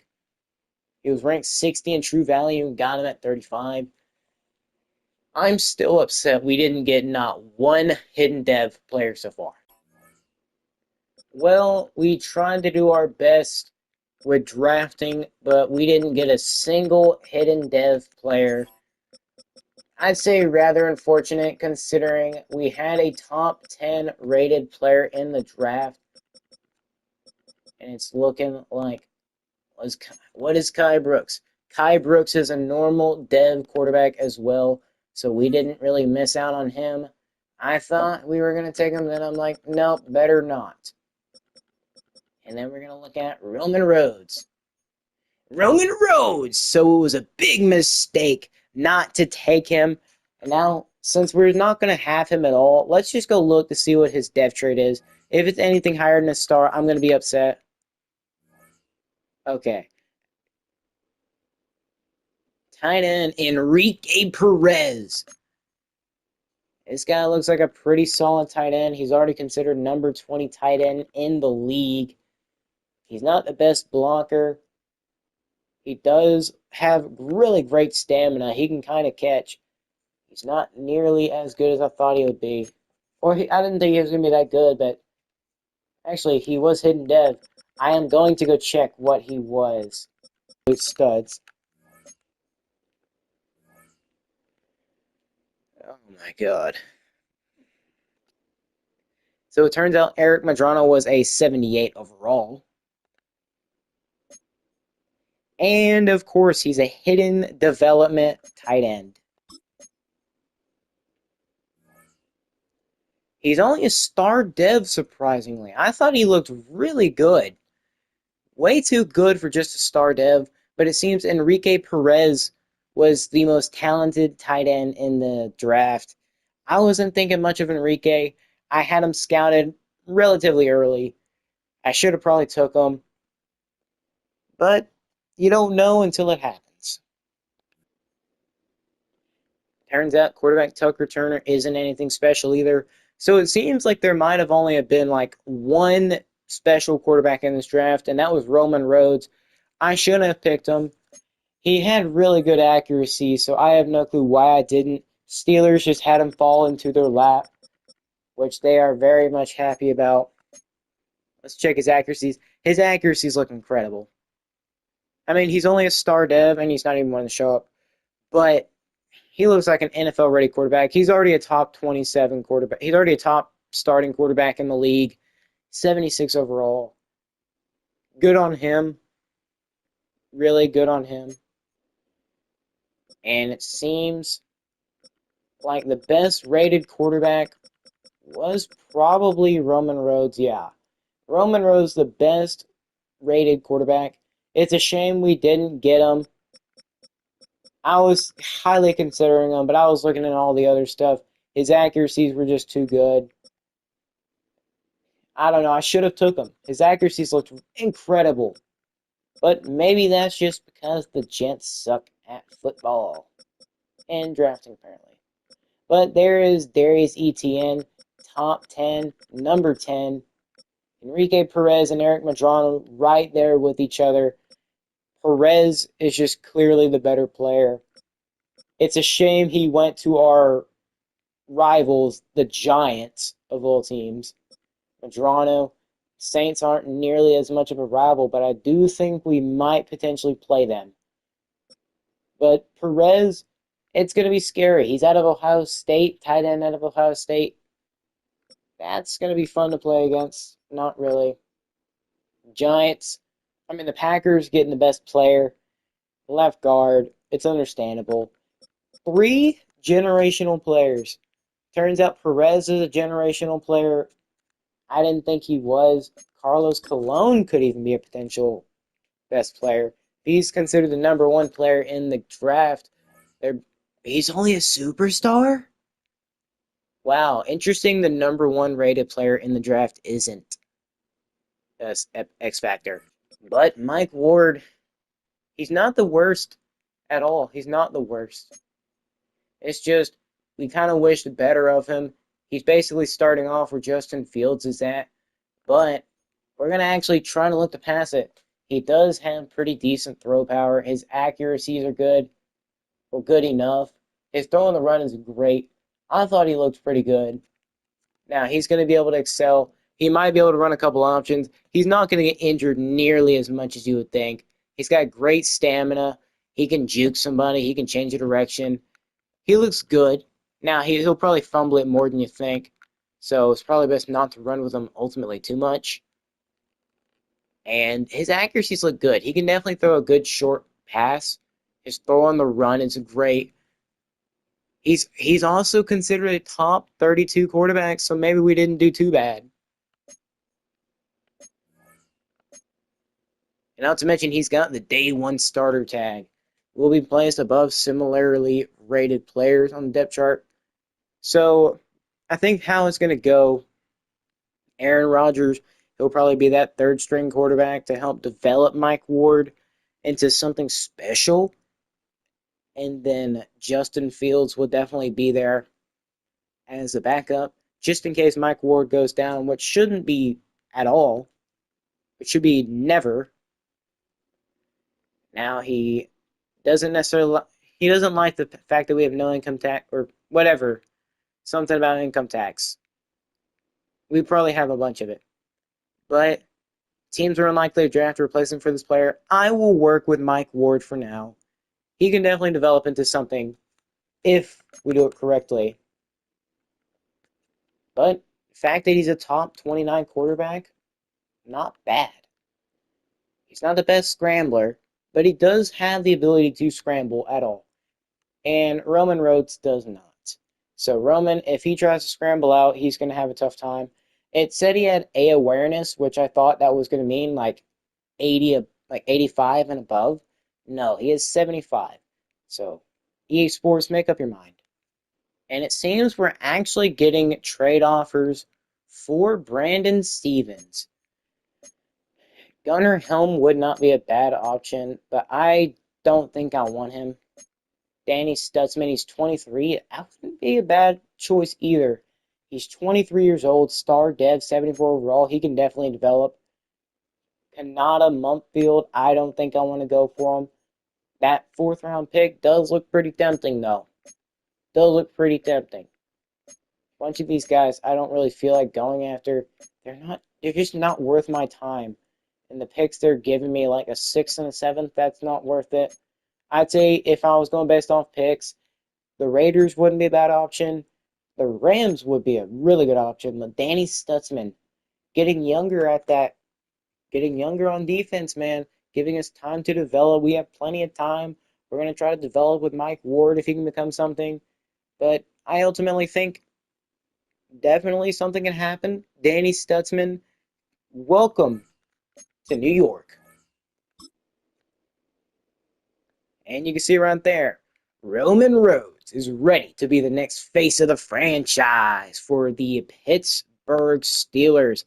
Tucker Turner suiting up for his display, so they're going to play the rookie. Von Miller comes up short in Hall of Fame voting. Are you serious?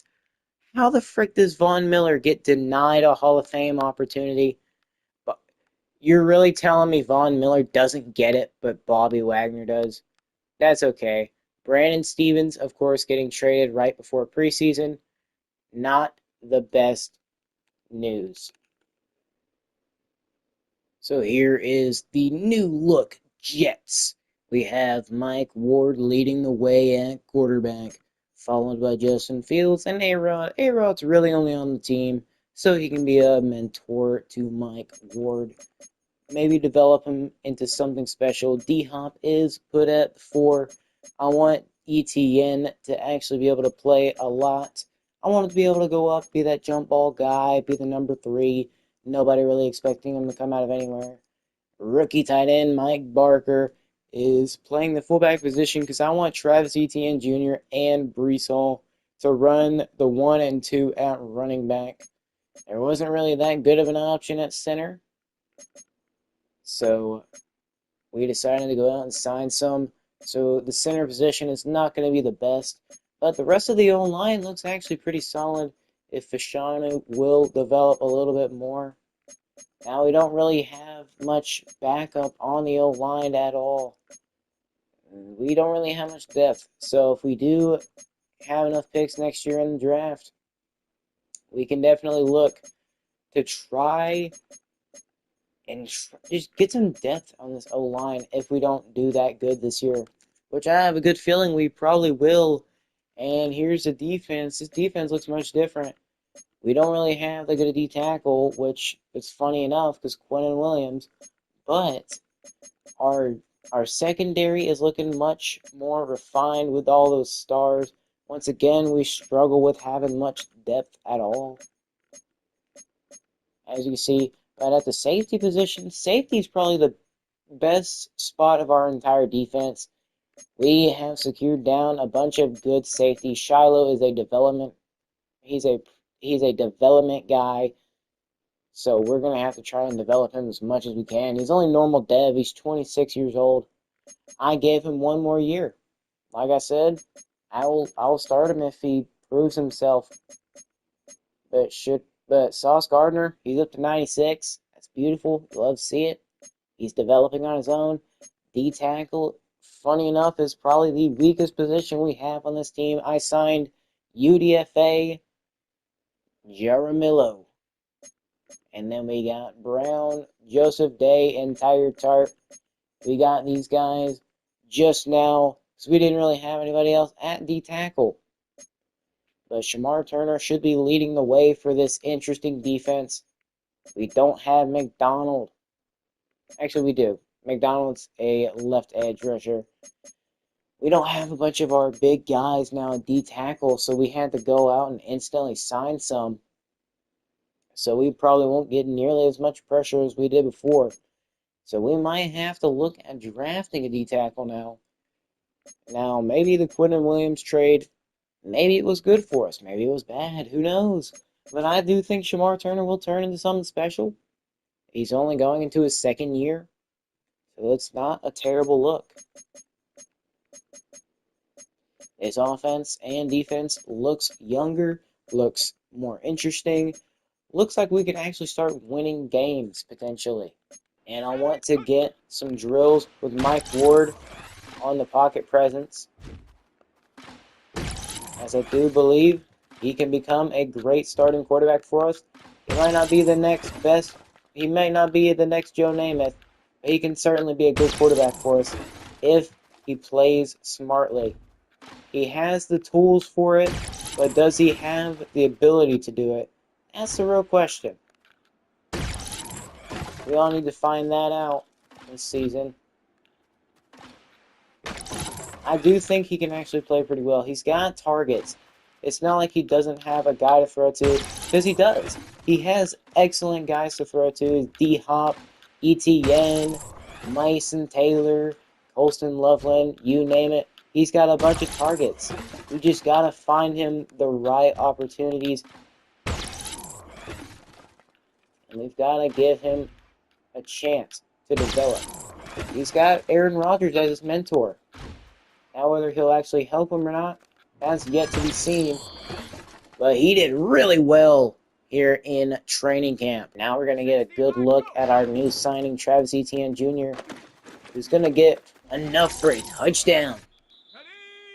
I do believe Travis Etienne Jr. and Brees Hall can do really well. I believe they'll be a pretty solid 1-2 punch. And with Mike Barker at fullback, that's going to help a lot. This offense will look to produce a whole bunch. I think we're built pretty interestingly.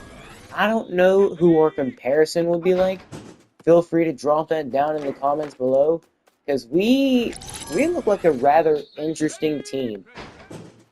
We have a new quarterback at the helm, a rookie man, Mike Ward, who looked like a pretty solid quarterback coming into the draft.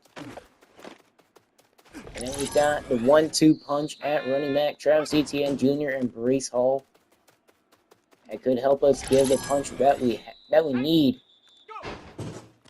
And then we got an interesting set of receivers. We got a man who can easily go up, jump for the ball, catch it almost every time. We've got some beast tight ends who absolutely cook every chance they get. We traded away our best defensive player. We still have Sauce Gardner, so we're not completely doomed on the defensive side. Garrett Wilson doesn't really produce nearly as much as you would think.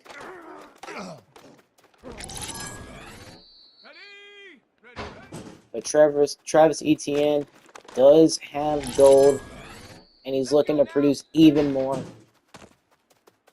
I'm looking for this Jets offense to take the next step this year. And with Darius Etienne, I want him to be our guy to look forward to for a jump ball.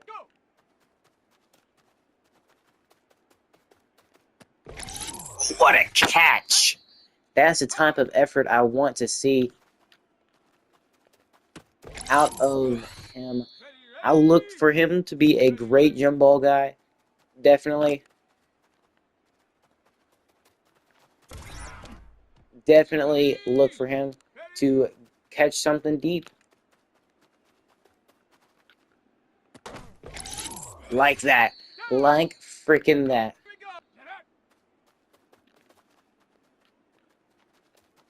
Absolutely cooking sauce right now.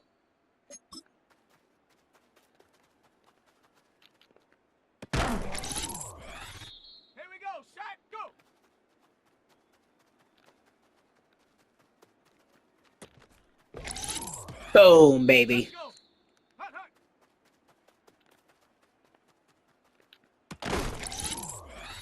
Just like that. This man is a dog. Ah, yikes.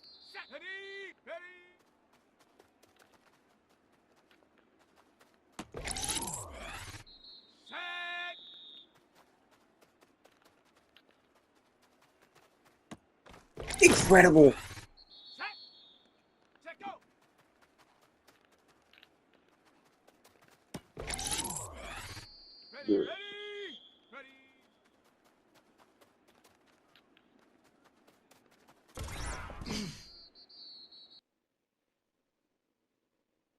And now potentially we might have an issue with somebody's positioning on the team who could be wanting to start a position battle with one of our starters.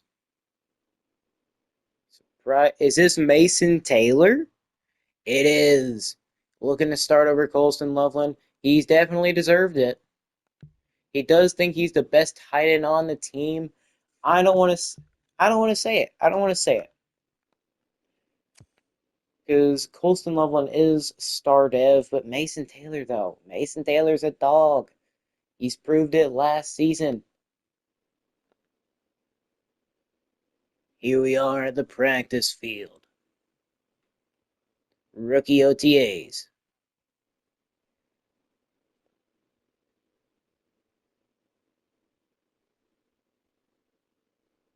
Who does want?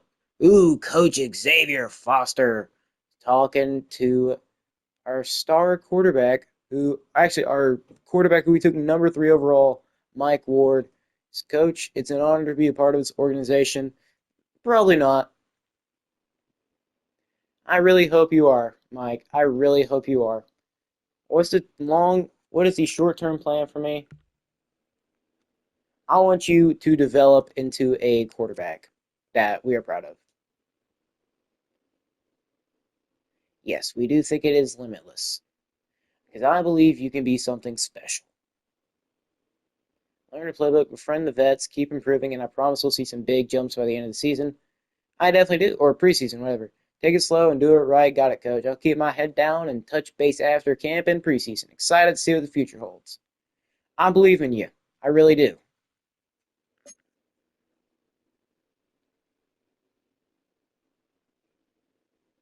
So after the preseason, season is here.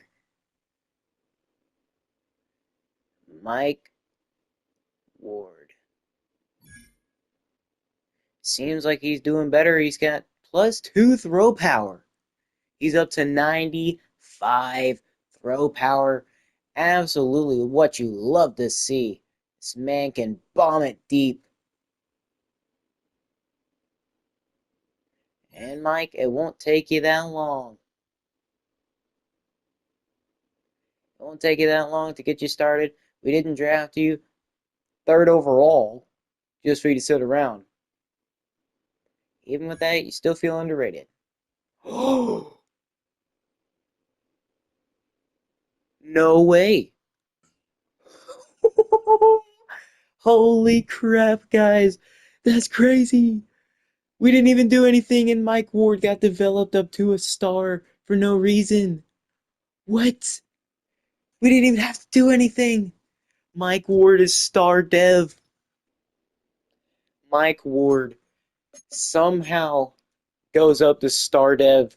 Maybe this guy, this quarterback named Mike Ward, maybe he's better than we all thought. Maybe, just maybe, the influence of Aaron Rodgers is helping him.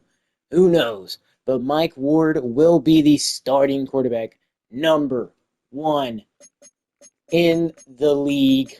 Hopefully, Mike Ward can look like a great Jets quarterback. And now we have to do the hardest thing and cut a lot of people. It's saying we should probably try to cut Shiloh. I don't think so. This player doesn't meet our standards. Well, unfortunately for you, you're not the coach. I believe in Shiloh. Let Shiloh stay. He deserves it, man. Let him stay. One person I know for sure I don't want to keep is Brady Cook. We've already got other quarterbacks. We've got A-Rod. We've got Justin Fields. We've got Mike Ward. Yeah, Mike Ward of the 95 throw power. This man might just be better than we all thought. Star dev now? We didn't even have to do anything, and Mike Ward instantly went up to star after the preseason. He was really happy he got to become the starter instantly. So now he's going to be a star dev going into his rookie season. He is among some of the best quarterbacks. He's probably developed so far better than every other quarterback. But yeah, Brady Cook, see you, bud. Now onto running back. We have a bunch of running backs. Travis Etienne Jr., Breece Hall, Braylon Allen, Isaiah Davis, Donovan Edwards. I think I actually want to keep Donovan Edwards. He's faster.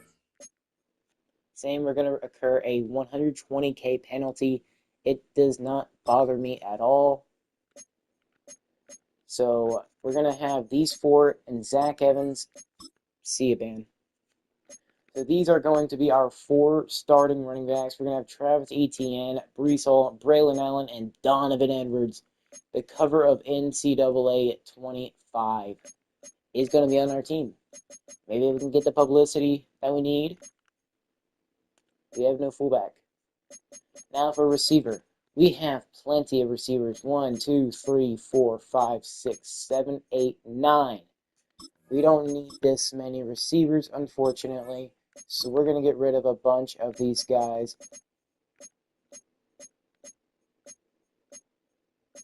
We're going to keep about 6 receivers. Just enough for the roster. We don't necessarily need anybody other than these guys. D-Hop is pretty much the only old receiver on this team. 91 catching though, it's incredible. It seems like his influence is already cutting off. It's already pouring off onto Darius Etienne. Look at that. Catching is getting much better. I don't know. Gary Wilson, though, looks like he should be pretty good. We have plenty of depth at this position. So we're not going to get any of these guys. We need to cut about 13 more people. So we have 3 tight ends. I'm going to go into it with 3. It's not going to hurt. 3 tight ends is fine. Left tackle's fine. That's fine. We have 4 centers. I don't think we need that many. Joe Tipman is considered a center.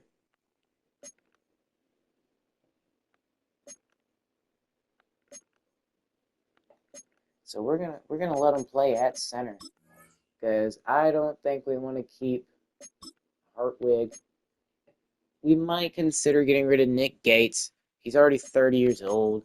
Jared Dunn is already 67 as a UDFA. So we're going to cut Nick Gates, who we just signed.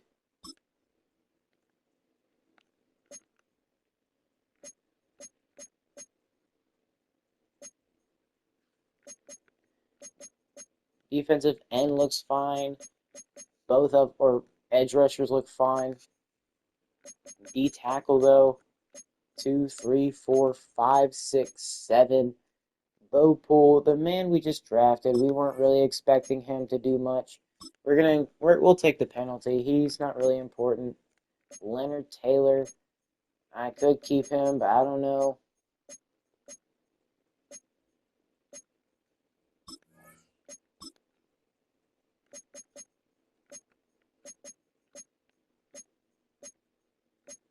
We will end up actually keeping these guys. I think they'll do all right. Shamar Turner, he's definitely going to be the main guy on defensive tackle. He definitely is. Jordan Jaramillo, I don't know if we should get rid of him. We got to get rid of 8 more people, which is unfortunate. I would love to keep as many people as I possibly can. But I don't recommend getting rid of everybody. I want to keep Jordan Jaramillo, even though he is normal dev. I see some potential in him. I really do. Tyre Tart. Let's see. Can we cut him? Yes, we can. Now we are down to 4 guys at D tackle, 4 big guys, and they bust through the defensive or the offensive line. That is the hope, at least.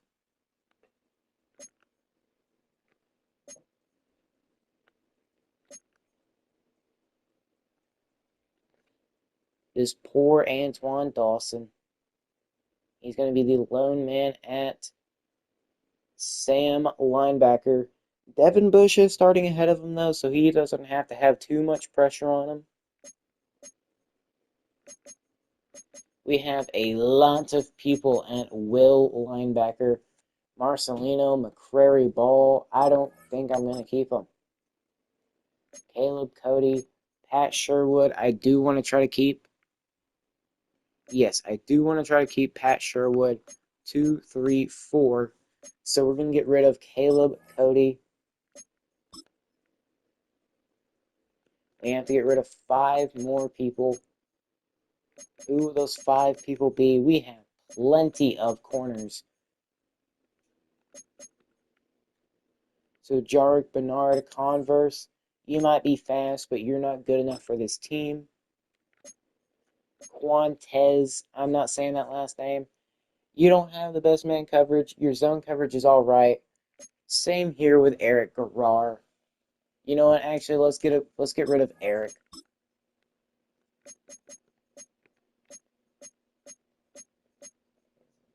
We have 6 current corners. He's saying we don't recommend cutting Michael Carter. I don't recommend it either. Let's look at safety.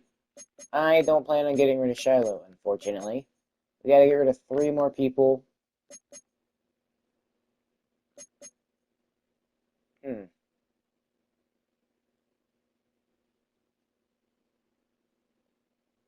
This is a tough decision. Malachi Moore, he is a young safety. We don't really need him. Now we just gotta get rid of 2 more guys.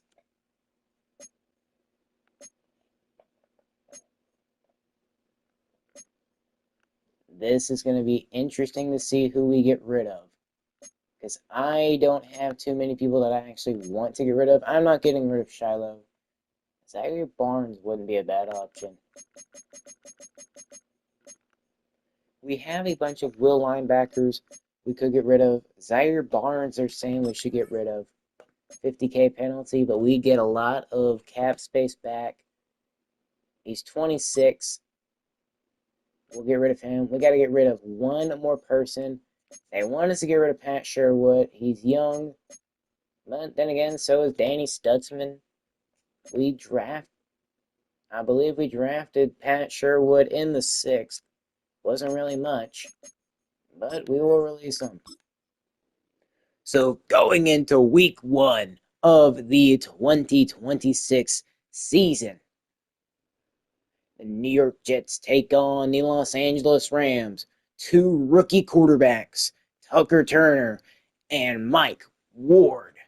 One of them went number 3 overall. One of them went a little bit later. Both men are new to this league. Mike Ward trying to take over for Justin Fields, who didn't have the best season last year. But Mike Ward potentially looking to become Rookie of the Year. He upgraded his dev trait to Star Dev, which is incredible. He went from normal dev when we drafted him to Star Dev, and now he is 79 overall pure. We're looking to try to have Mike Ward become the future of this franchise, which I believe he very much is. Will they even say it whenever I go check the tag? Yep, he is the QB of the future. We have our guy, Mike Ward, is the Jets' new franchise quarterback. Likely to start above similarly related players. Teams unlikely to draft a replacement, and he earns an XP boost when they are considered the QB of the future. We are proud to have you as our quarterback, Mike Ward. Hopefully you can produce some excellent stats. We've assembled an excellent squad for you to lead. Hopefully we can do that and get us to the playoffs for the first time in a long time. Last time we made the playoffs, we had Mark Sanchez. Hopefully Mike Ward is no Mark Sanchez. Hopefully he's better. Much, much better. But anyways, that's going to do it. We've got our QB of the future. Hopefully we win week 1 and start off the 2026 season hot. But like I said, that's going to do it. If you have enjoyed and you've made it this far in the video, why not consider liking and subscribing? And as always, ladies and gentlemen, I am going to be here to say, I am your boy Baller1 saying, peace out, everybody.